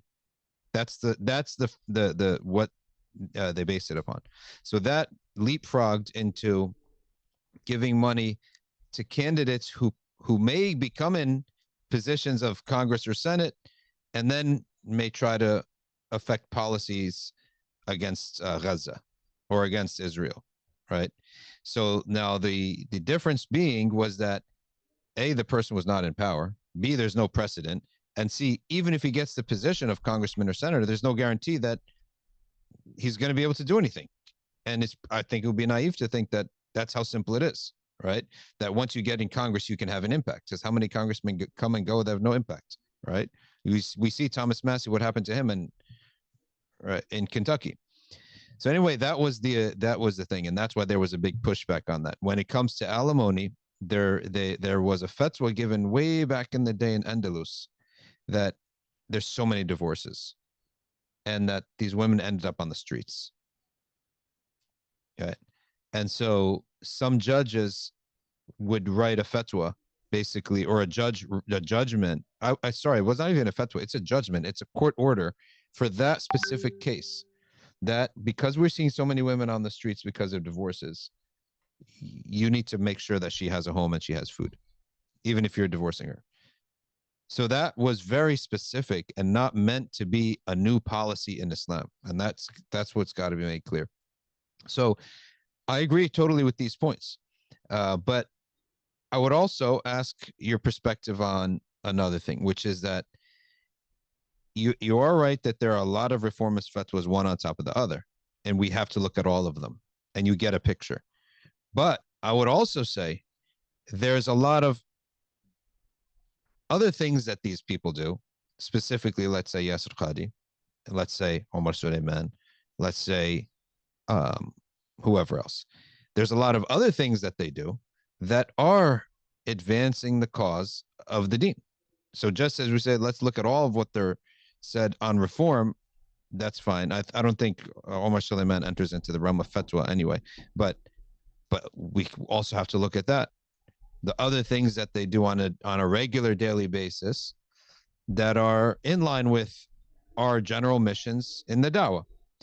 And that's what informs me that to say such a person, even if they make a mistake, it's a mistake, as opposed to, no, this person is actually undermining the deen knowingly. And so that gives me some pause that allows me to give them some husn al-dhan in that, yes, I may disagree vehemently on this, but this person is coming from a good place, trying to do something good and missing the mark.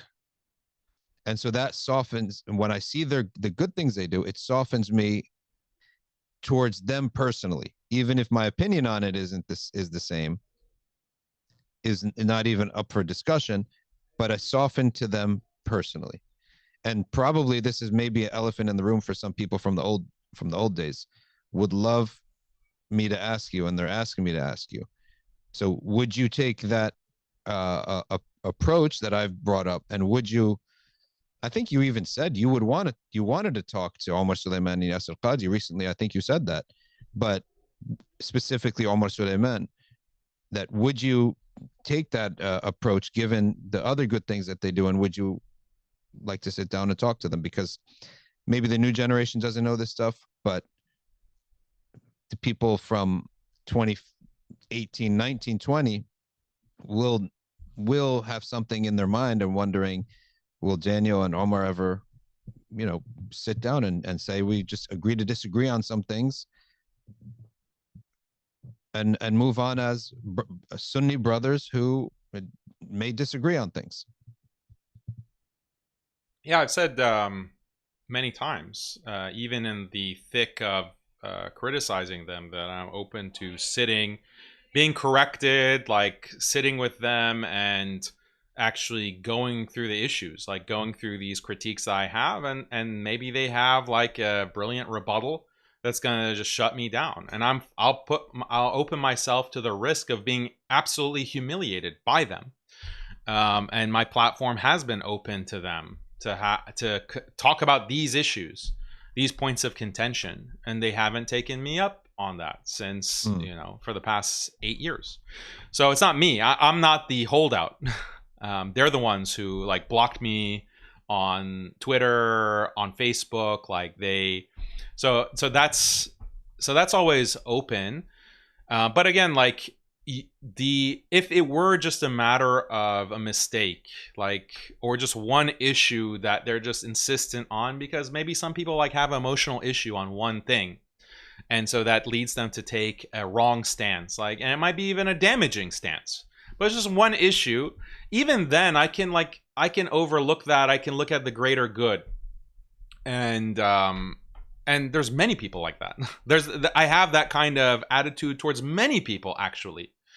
But the people that I criticize, I've made a decision with consultation with Ulama and others that, okay, this is like past the red line. Like, this is not just a one-off mistake or just one-off shadh opinion that they're taking. Like, no, this is a part of a pattern. And I thought that they were like, oh, they just don't know about liberalism. They don't know about feminism. They don't know the larger picture. They don't know like what, Muhammad Abdu and Rashid Ridha were all about. Like I have done that research and I have that perspective, and I'm happy to go and show them the receipts and explain to them and show them the damage that their positions actually cause. That was my husn al-dhan, and I did that. I did that because I joined, like I said, I went and was part of Yasser Qadhi's program for Al-Maghrib Ilm Summit back in 2012. I was a part of Yaqeen Institute. I was literally in the same office with the desk just 6 feet away in Dallas at their headquarters. We had those conversations. And the things that they said in that showed me that, revealed to me that, no, this is not about them not understanding. They're making a deliberate choice, and it's political in nature. And that came out in those conversations that I had with them. And then even after that, my criticism of them was very mild initially. And people don't go back to that. People don't go back to the initial things that I was writing about them. It's very mild. It was very respectful, like sheikh this, sheikh that. And but they just keep insisting. They keep doubling down. So when they keep doing that, and then their mistakes aren't limited to one issue, it like expands, and they're making it more and more apparent that they're aligned with a political party, like literally on the campaign trail for certain political parties, like literally going to these marches, etc. Okay, then this is more than meets the eye. Like, this is not just, a good meaning person who's made some mistakes. No, they're part of a program. And the results of that, the fruits of that should be so apparent. And that's why I don't understand, like, there's some good meaning brothers who will say, oh, well, Daniel, why don't you just, this beef has gone on too long. You just need to come together and hash it out, and everyone needs to be friends. And I don't understand that perspective, because it's like, don't you understand it's your life that's being impacted by their dawah? Okay, like you listened to a lecture from them and it was great, or you read a book from them and it was great. It changed your life. Those are the good things. I don't deny that. Like that I was a fan of Yasser Qadhi, especially not so much Omar Sayyad, but Yasser Qadhi. Like, I appreciate a lot of his work at that time. I thought he's eloquent. He's bringing in these kinds of critiques on whatever issue. And so I was a fan of Yasser Qadhi. But the problem is that their teaching, the good is there, but the bad is so toxic. And we're seeing the results of the Muslim community being shifted to a kind of liberal, and this is not just politics, like the entire attitude of Muslims towards a kind of libertarian attitude towards the religion. Women taking off their hijab, like the level of ikhtilat that is happening, not just with the Muslim community, because that's always been the case with Muslims in the modern world that we're living in, the fitan that we have all around us, but even in the masjid, even the ostensibly religious Muslims are now falling into zina. They're falling into, caused by ikhtilaf, like this unbridled mixing that's happening, this kind of feminism that's been weaponized. Like, this is causing a clear impact on the faith, the iman of Muslims, and we see it with our eyes around us in our masajid. Like, this doesn't happen by chance. Like, this has happened because the floodgates, the last kind of dam that was preventing Muslims from fully liberalizing, was the shuyukh and the ulama, who were strict. Like, they're strict. We're going to be traditional. We're not going to start making concessions, start being pragmatic with this liberal secular dogma. We're not going to reform. That was the dam, like the barrier of the ulama and the shuyukh. And then you have these compassionate imams who come in for the sake of compassion, like this false idea that we have to liberalize the deen so that people don't apostatize, that they don't do ridda and leave Islam. This idea to just start accepting liberal ideas, like, yeah, hijab is a choice, and yeah, the masajid need to be structured like this, and yeah, you know, when it comes to whatever, when it comes to alimony, or yeah, marriage is a partnership between a husband and a wife, and we're not going to preach about ta'ah and obedience of the wife to the husband, and all of this that they have been pushing and promoting, and sometimes it's explicit and sometimes it's subtle. It destroys that dam and it opens the floodgates. All of this liberalization has happened. We're seeing the fruits of that, and that doesn't affect me necessarily personally in my life, but it's affecting the average Muslim. Like that brother who's saying, oh, I wish that Daniel and Omar Suleiman could get along and like shake hands and hug it out. Like, your life has been impacted by this liberal dawah. Your life, your family. Like the fact that what you're seeing in your family, and you're bemoaning that, like that disaster, those fruits are coming from, a big part of the responsibility lies at the feet of these figures. And I don't see a acknowledgement of that. Yeah. Which dawah do you feel is out there, knowledge movement or institution, that if it spread would neutralize liberal ideas in the community, that is an ideal traditional Islamic dawah that has ideas and fatwas, but also has a reality on the ground that can impact people? I mean, I think that a group that has been successful, even though I don't agree with all of their beliefs, I think the Deobandis have been very successful in terms of practical influence, like establishing institutions, like remaining for the most part aligned with tradition. But even they have infiltrators. Like they have infiltrators amongst the Deobandis, especially in the West. And I call them neo-Bandis, but they also like, and they're politically compromised as well. But in terms of like, on the ground, but any kind of Sunni group that is going to stick to the madhahib, stick to the tradition, has an aspect of tasawwuf and tazkiyah and concern for maintaining, preserving, passing on the tradition as it is, without compromise to political movements or for political purposes. Like, that's like my people. Like, those are the people that I think they're doing a good job. I want to support them. I want to promote them. I want to collaborate with them. I want to see them succeed. And they can come from any kind of tradition. It could be Ash'ari, Maturidi, Athari, any school of fiqh. Like, but all of the problematic groups, like, they have this underlying issue that unites them, that they want reform.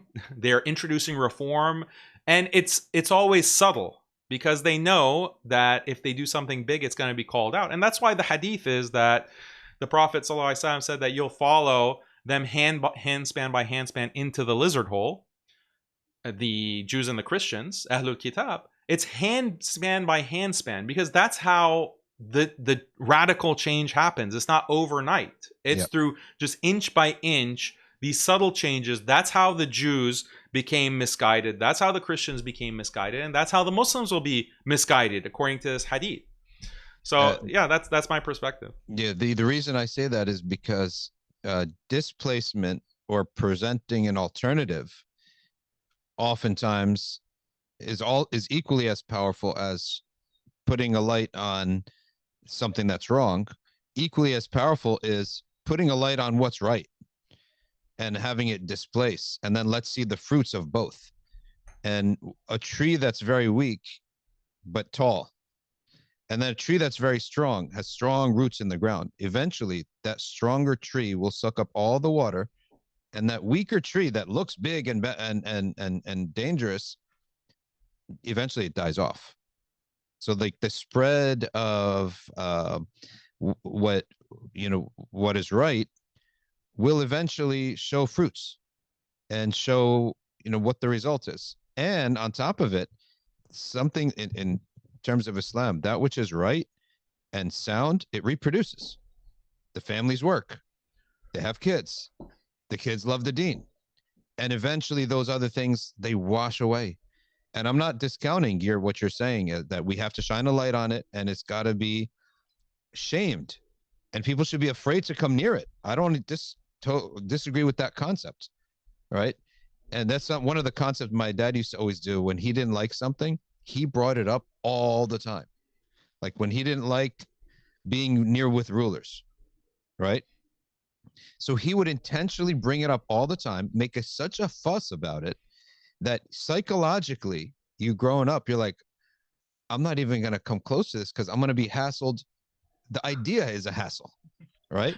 So, for example, like his biggest allergy and the bane of his life, may Allah have mercy upon him, was scholars who got close to the rulers and stopped serving the people.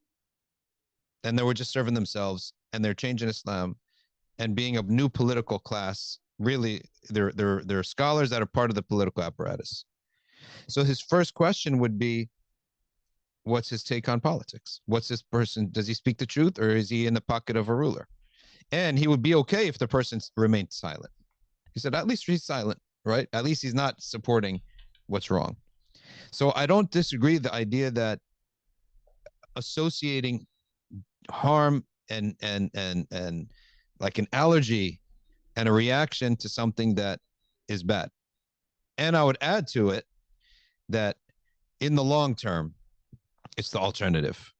Presenting and feeding that alternative will eventually displace. And in our Egyptian community, and I want to get back to to the next question, but in our Egyptian community in the mid 90s, there were two camps. Very secular Egyptians who laughed at Deen. And they said, this thing is not going to work. We're in America now. You guys are going to fade away. And then the people who doubled down on Deen said, wait, how do we keep our kids off of drugs? And we have to have meaning in our life, and we have to, return back to the sources. Well, I can't just tell my kid, don't wear a short skirt, don't do drugs, because it's not polite according to Egyptian morals. That doesn't stand, right? I have to give him a reason. So, and when I was young, I felt it's 50-50. We don't know which group in our Egyptian circle is going to win out. Give it 5 years. When I got into Sheikh Hamza Yusuf Dawa and I followed him and studied with him, I forgot about these people. Then you loop back, and one day you're like, wait, where'd those people go? They disappeared, right? They don't exist anymore. They faded away, or they changed. So again, I'm not saying that as a contradiction to the idea that a light has to be shown on something bad, and it's got to be in a sense put down and shamed if it's inexplicitly, there's no excuse for it and no interpretation for it. But in the long term, it's going to be, what's the alternative?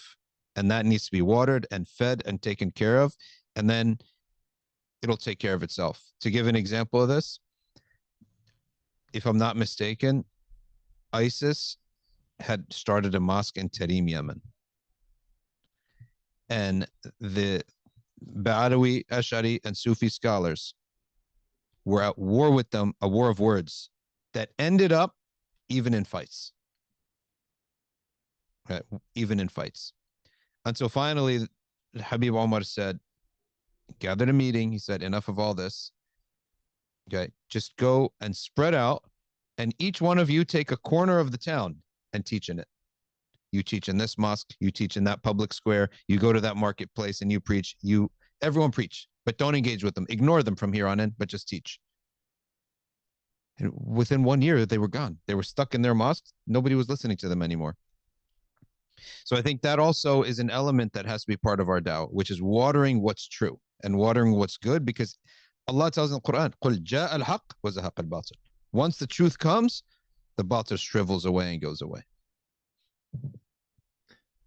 To go along with your analogy of a tree, I don't know if you have these in New Jersey, but in Texas, especially in the southeast part of Texas, we have a lot of these vines, like ivies. Yeah. And it's like a parasitic thing. It's a parasitic plant. So the ivy by itself, if it tries to grow, it's very weak. It doesn't have like a strong trunk or stem. And so the ivy relies on other trees. So it wraps itself around other trees, and then it proliferates. It grows more and more, like goes up the tree, and it starts smothering the tree or the plant. And it's a parasite. It ends up smothering. It kills the host tree. You can water the tree all you want.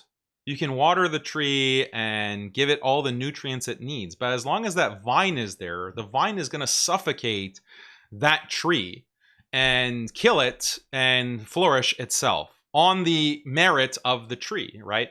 And this is also what these figures do, the compassionate imams do, actually. Because they don't have legitimacy. Like, their fiqh is actually very shallow.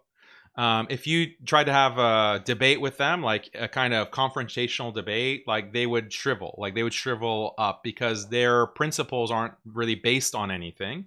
It's just pragmatism for the sake of political convenience.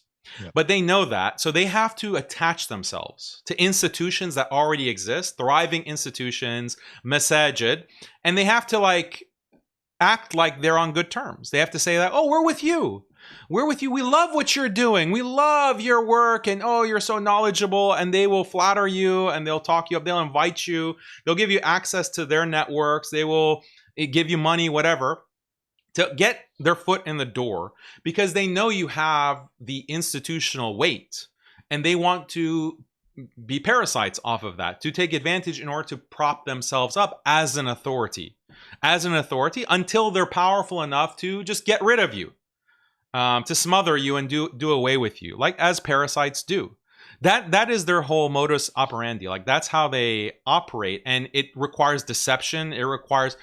So in reality, like in the natural world, like trees, they have defenses. Like, trees develop defenses against the vines. So if you know any kind of like orange trees or lemon trees, lime trees, they have defenses. They actually have really sharp spikes that grow out, like literally this big spikes coming out. And part of that is to deter parasites or to vines and things.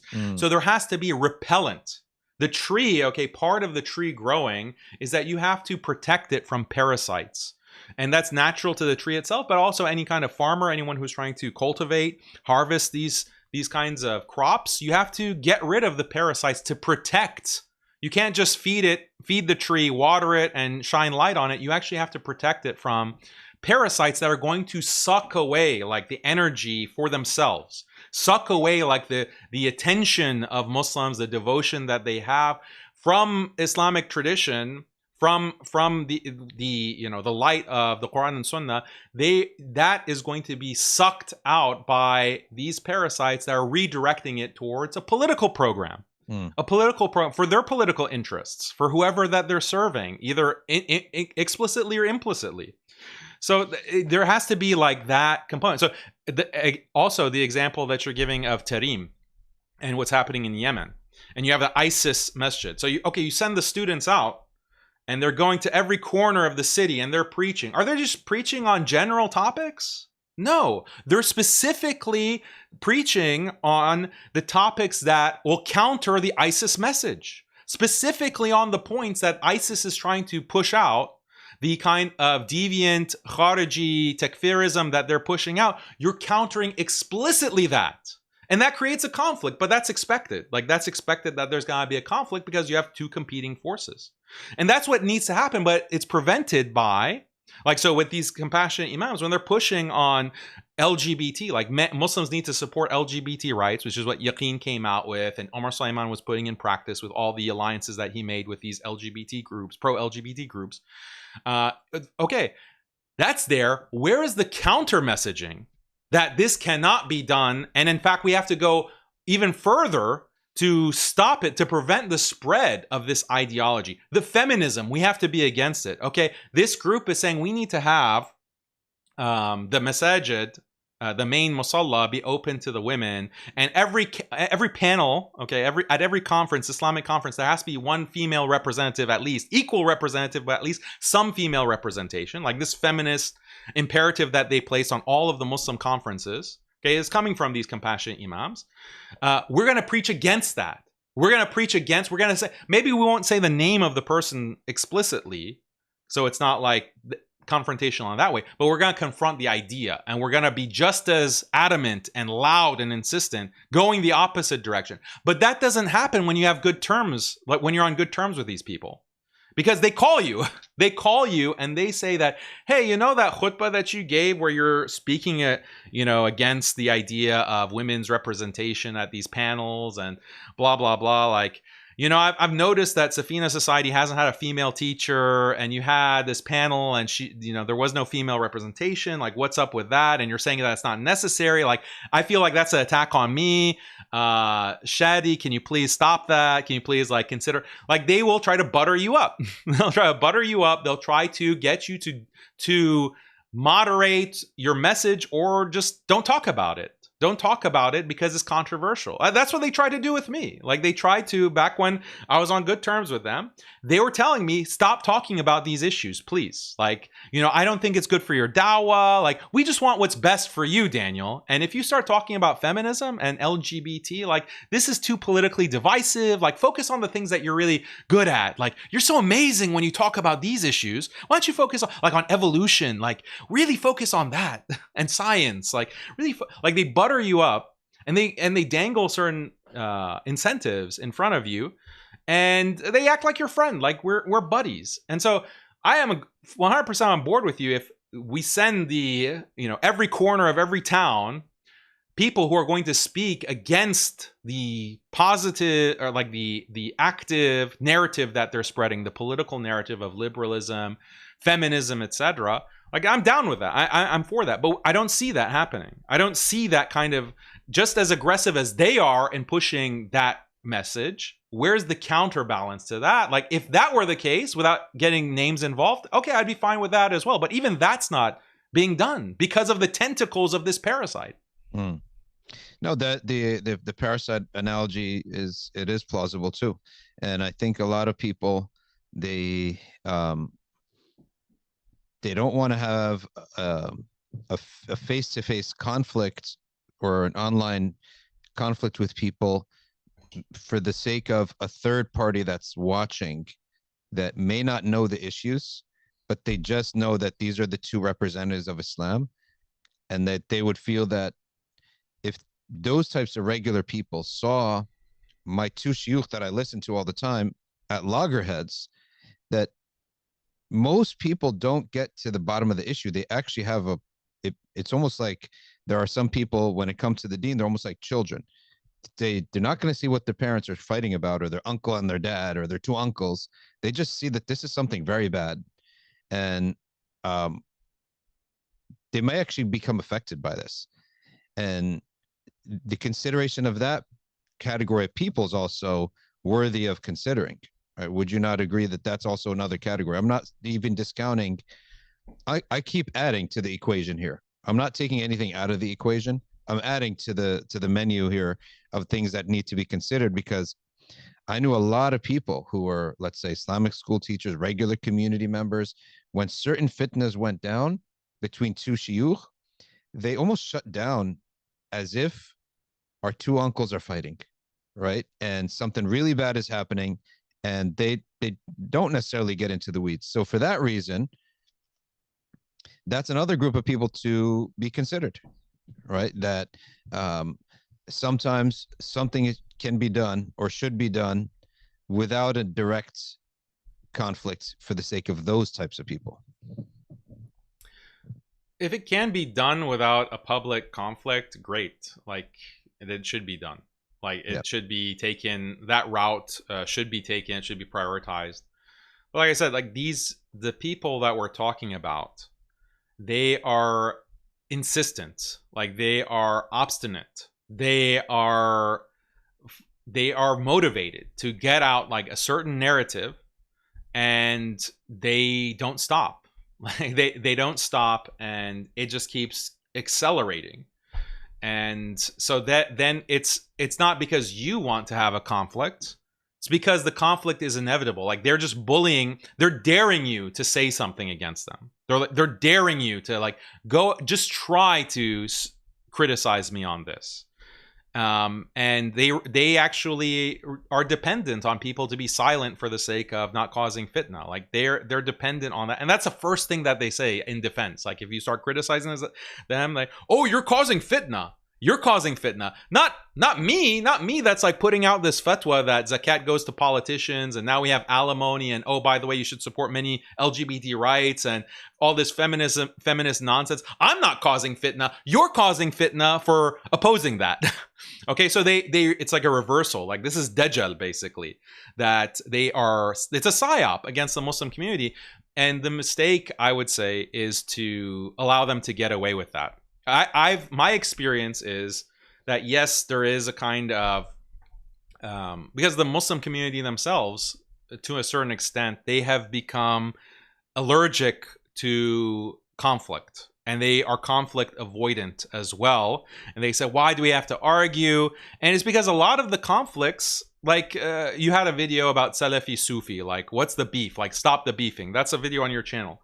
And I agree. I always had this perspective, actually. I always had this perspective all the way back in college. Like, these are, as I mentioned earlier on the stream, like, these are debates that have happened for 1,000 years. Like, why do we have to relitigate them and create dividing lines on them? Like, okay, you have your position, I have my position. We're still Muslim brothers, and we need to, like, we have these bigger threats that are threatening to destroy Islam, like atheism. Like, look at the atheist threat, look at the liberal threat, look at the feminist threat, all of these threats. Like, can we just put the ikhtilaf on this one mas'ala aside to unite against these bigger threats? I don't care if you're Salafi or Sufi, etc. That is my perspective. So because of those kinds of beefs, like, now there's a kind of conflict avoidance that, okay, any kind of conflict is basically like a Salafi Sufi, like a very academic, getting into the weeds of, oh, this point of Aqidah that no one, like the average layperson doesn't understand. Like, we're done with that. We're tired of that. The problem is that these issues now are political. They're devastating. They're threatening the interests of the Muslims. They're threatening to reshape orthodoxy as we know it. They're contradicting 1,400 years of scholarship. These are new deviances that are being pushed and are being costumed as being orthodoxy. So this is not analogous at all to a Salafi Sufi beef. Like, this is an existential threat. And so at first, those people who are allergic to conflict, they get demotivated, or they get annoyed by these, to see, oh, who is Daniel criticizing now? Or like, people, when you were going after Hamza Yusuf, oh, who is Dr. Shadee criticizing now? But then you saw this yourself. They realized that, no, actually, this was really important, because you educate them. You had multiple posts, right, on the Study Quran, on Hamza Yusuf, because you got that reaction. You got people saying, oh, why, talk about this in private. You need to talk about this in private. Take it offline. Why are you causing fitna? And then you explain, like, no, this is not just a matter of like a private personal beef. Like, this is a matter of the deen. This is being promoted publicly. It has a lot of money behind it. It's This is being pushed. Like, you educated your audience, and then they became 100 times more supportive of the haqq, of the truth. That's like, the proof is in the pudding with that. And with all of these issues with these compassionate imams, I've experienced the same thing. Like, people who in the past were like, Daniel, why are you causing this kind of fitna? Now they say like, wow, I can't believe that so much of the Muslim community was entertaining this idea of Muslims supporting LGBT rights. Like, Muslims have to be libertarians, basically. Like, so many of our Muslim youth today, they're libertarian in the sense that, yeah, why should we prohibit marijuana? Like, why should marijuana be criminalized?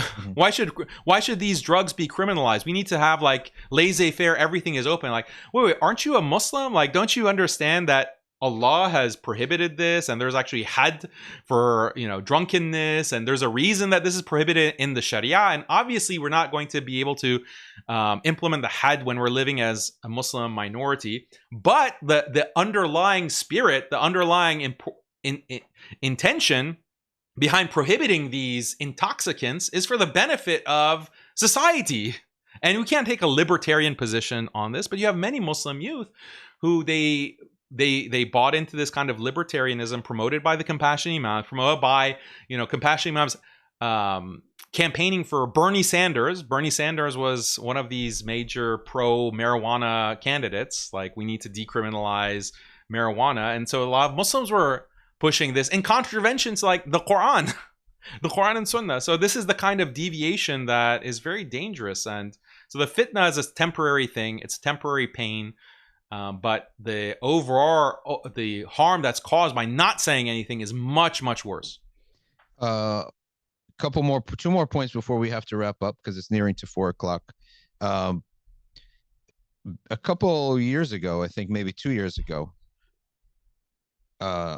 Sheikh Omar Suleiman put a video out almost doing bara'ah from liberal ideas. And a lot of the things that you were criticizing that he was not clear upon, he explained and seems to cut the tie with any shubha of liberalism. So some people may ask and say, well, why didn't you give him credit for that and elevate that? Because that's a great example of someone who, if there was a doubt about what he believed, he went out and he clarified it. What did you think of that video? And what do you think of those who say, well, elevate that so that others can do the same? I'm not sure exactly what video, because there were certain videos I saw. They were on his personal channel. Yeah, but even before 2 years ago. So about 2 years ago, I think he made bara of the Democratic Party because of October 7th. Is that what you're referring to? But even before that, like if you go back 5 years, 4 or 5 years, he had a statement where he was making statements like, we should not ally with these groups. We should not support LGBT rights. And he made these statements, and I criticized this. Because he made it seem like that was always his position, which is not the case. It was not his position, and his institute and what his institute was promoting was exactly the opposite. Like, he had an entire justification. He had a paper, like a Sunnah framework for allying with political groups. I forgot the verbatim title of it, but it was justifying like allying with some of these like pro-LGBT Christians and other left-wing groups. And those papers are still up, actually. It's on like his institute, Yaqeen, and even Muslim Matters. And he's given lectures. Those videos are still up. And he's given like this elaborate justification for allying with these left-wing groups in contravention to like basic Islamic standards. Mm-hmm. So when he comes out and he made those statements, I didn't like the dishonesty of it, because he was fighting, him and his institute behind the scenes were fighting tooth and nail against me and getting me canceled, like literally canceled from events, like trying to get me blackballed from many places. And people don't see that. They see that Daniel is being aggressive, like he's the one who's really so angry. But behind the scenes, that's where they were really operating. And they were denying, like they were calling me a liar. They were smearing me. They sent out like the directors from their institute to come out and call me a liar explicitly, like in those terms.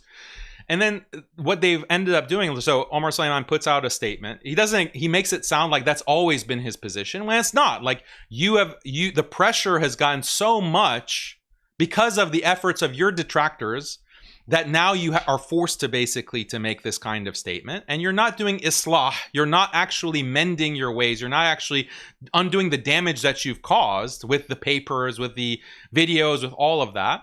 And you're pretending like you always had the correct position. This is dishonest.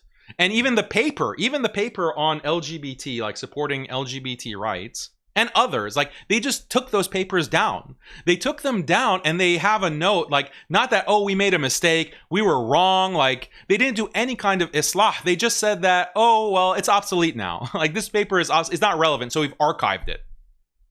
Like this is a kind of dishonesty that prevents the damage that you've caused from being mended, from being corrected. So if Omar Suleiman were honest and he said, look, I had this position before and I was wrong. Our institute had this position before. We were wrong. And now we're going to correct that. We're going to undo the mistake. That's something that needs to be done. Like that's something that I would respect. And that's something that we should demand as a community. Like, okay, you made a mistake. Don't pretend like it's no longer there. Like it's just under the carpet and we just forget about it. No, this was many years. Like when I started making the criticism, it was like about 2018, 2019. And the retractions didn't come until like 2022.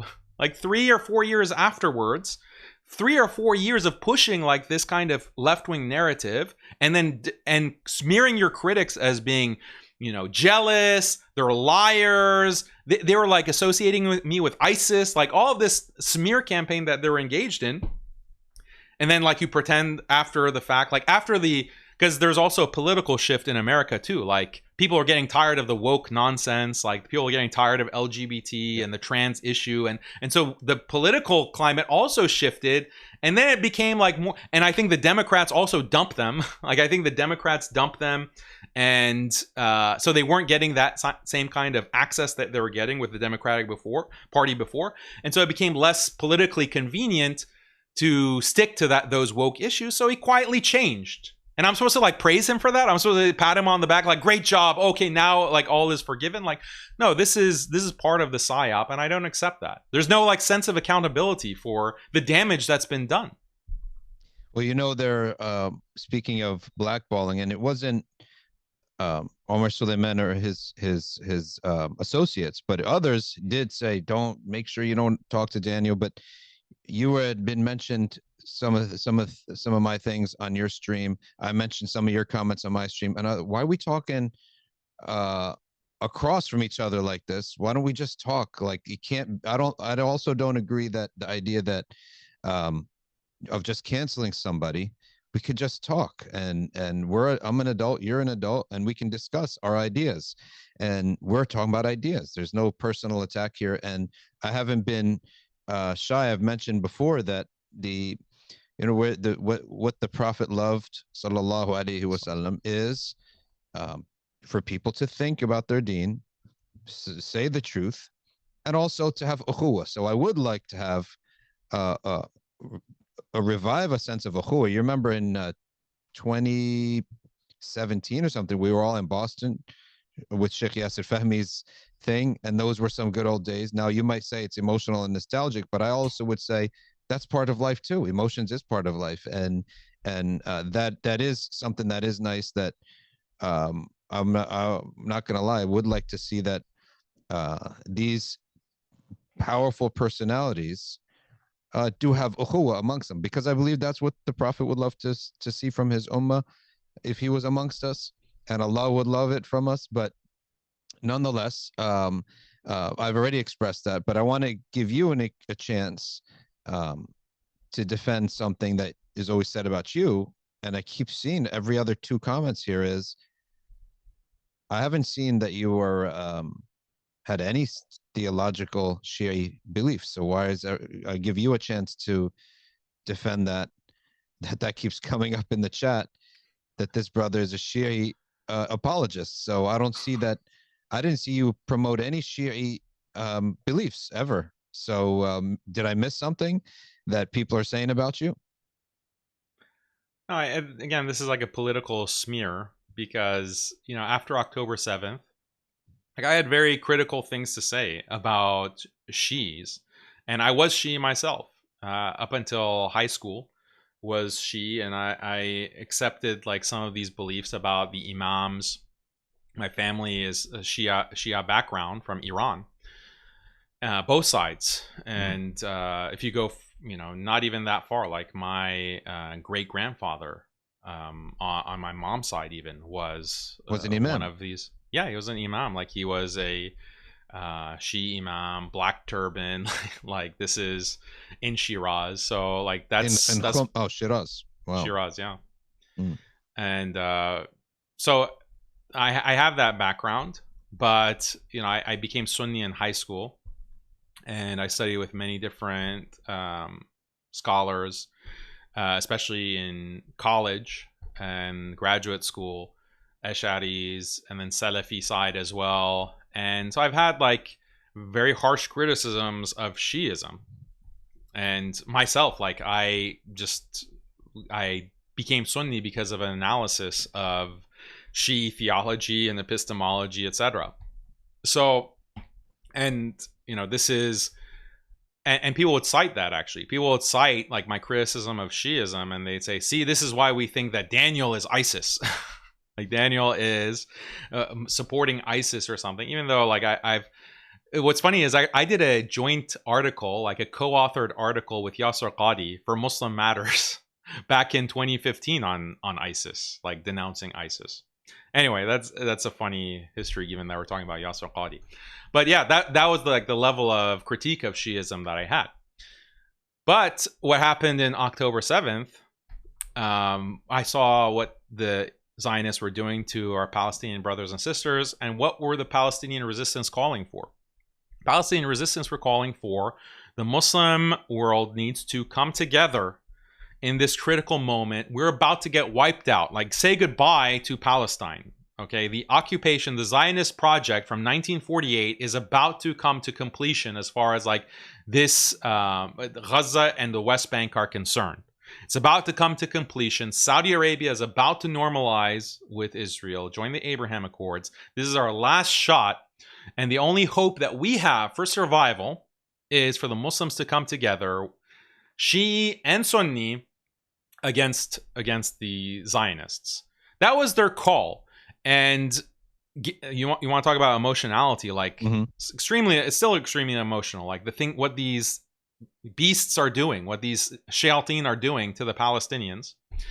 And then, that was very significant for me. That was very significant in 2023. And so I started calling for that. I started saying that, look, we need to have this pan-Islamic bloc. Like we need the Sunnis and the Shiis. Okay, Iran, I disagree with them theologically, and I disagree with many of their political actions. And I condemn many of their political actions. Okay, their involvement in backing Bashar al-Assad in Syria. I was against that. I was against that from as far back as 2011, 2013. I'm on record for that. But, there's a bigger existential threat here. There's a bigger existential threat, and that has to be addressed. And for that kind of message, I was called a Shi'i, like I'm doing taqiyya, like I lie about being a Sunni, I'm actually Rafidi. All of these smears like came through. And I realized how infiltrated the online Muslim dawah really is because of the backlash. Like what I express, what the Palestinian resistance is expressing, and what I'm expressing to support that is like standard Sunni belief. Like this is the position of Ahlus Sunnah wal Jama'ah, actually, including Ibn Taymiyyah, including what the Wahhabis consider their sheikh. Like even Ibn Taymiyyah makes this explicit point about when the Jews and the Christians are attacking the Muslims, that you even support Ahlul Bid'ah, you even support the Shia, the Rafida, in fighting back. Like this is coming straight from Ibn Taymiyyah. This is an overarching, Ghazali has the same point. Like this is an overarching Sunni principle. But it's like to express that online is going to get all of this backlash. I was very surprised by that. And other people who I thought were like also Sunni, like Orthodox, etc., like they were very hesitant to express this openly, and I was disappointed by that. Eventually, they came around, but like that's how toxic. And so this is all politics. Like again, theology militarized for a political agenda, which in this case is like a Judeo-Muslim kind of theology, Judeo-Muslim aqidah, tied to Wahhabism, but even Abraham Accord, Hamza Yusuf, Bin Bayya bloc, they're also a part of it. So yeah, this is what has caused this nonstop smear campaign. I was smeared by the compassionate imams, and then after October 7th, I'm being smeared by this other side, this other faction. But again, the underlying theme, like what connects the compassionate imam side, the liberal reformists, and the Wahhabis, they're marshaling theology for the sake of a political program. That's what makes them so toxic, such a problem that they have to be addressed. Whereas like if someone is going to be very insistent on, I don't know what issue, like Mawlid, okay, on Mawlid or on the issue of the Sifat, like, okay, these are old issues, like 1,000-year-old debates, whatever. Like I think some positions are more justifiable than others, but it's not even something that is relevant to the existence of Muslims moving forward. Like the existence of Muslims, literally the Palestinians are being genocided, and Israel is not going to stop with them. They're going to continue to expand. Like this is an existential threat. And where is the unity in opposing that? Yeah, and not only that, you don't know what percentage of these reactions to those comments are paid operations. They're paid. It's known there are office buildings filled with people. Each guy is running 20 different accounts, and all day for 8 hours a day, they're posting and reposting each other. And literally, if you imagine, it's not hard to hire 100 people to create fake accounts and then just keep tweeting all day and all night. And this is coming out of India, it's coming out of Israel, and it's coming out of other countries like this. So most of what people see of political chatter on political stuff online is not true. It's not genuine. I mean, it's not genuine. It's not actual 1,000 of individuals shared this and liked this. It's not the case. It's literally one office building and one CEO or one manager who's basically informed them what their mission is. So it's not authentic. But we reached our time. Is there any last thing that you'd like to say? I mean, I thank you for coming on. And I explained before, everybody should get a chance to talk if they're willing to talk. And we're here willing to address all my questions. I didn't shy off in saying making certain suggestions or questioning certain decisions. And so I think that's how it should be with everyone in the community. No, you isolate someone or blackball someone, you're just asking for an extreme to come out of there. You're better off talking, right? And no one's going anywhere. So just talk. And I'm probably going to have on the stream a brother who wants to discuss with me some other theological things, which I think we both thought we disagreed, but we turned out to agree. But that's why we talk. That's why talking is important. If I had iced him out, I would think one thing of him and he'd think something else of me. So in any event, any final comments before we wrap up here? Yeah, I appreciate the discussion, Dr. Shadee. Always admire your approach to things, and I'll reiterate actually something that I said to you, I guess it was 10 years ago or maybe 9 years ago. But I think that, mashallah, like what you've built, okay, grassroots, Safina Society, the masjid, that community that you've developed, your students, mashallah, may Allah preserve you, may Allah strengthen you and your entire community. Like that's something very valuable, and it's something very powerful. And they're like these weeds, these parasites, they want to take advantage of that. They want to take advantage of you, and they're going to present themselves as being more successful or being like more connected, more wealthy, more influential than you. And I think it's a facade, like exactly as you're mentioning with the bots. You know, it's not genuine. Like these are bots. It might be literally people in an office building, like in a bot farm, or it might be even AI. AI now can create these kinds of social media signals. And so a lot of the people who have the millions of followers, okay, it's not real. Like it's not real influence that they have. The influence that they have is just a facade. It's just a fake image, and that's part of what makes them powerful. But if you just see through that, they don't actually have the same kind of influence and power that you do. That you do. And so you don't need them. You don't need their approval. You don't need their good graces. You don't need their and they're afraid of you. They're afraid of what Dr. Shadee Elmasry will say, because Dr. Shadee Elmasry is principled. Dr. Shadee Elmasry is, and I go back to the Hamza Yusuf thing that defined like my understanding of who Dr. Shadee Elmasry is. Like he has all of this to lose by speaking out about this person, about this issue. He has so much to lose, but he's doing it nonetheless because it's necessary. And he doesn't care how well connected Hamza Yusuf is, like who he knows internationally, like literally heads of state within the American Muslim community, like the amount of money that he can marshal. Dr. Shadee is not afraid of that. He's not going to be bought by that. He's going to say what is needed to say. And that's very powerful. Like, and that's the power of truth.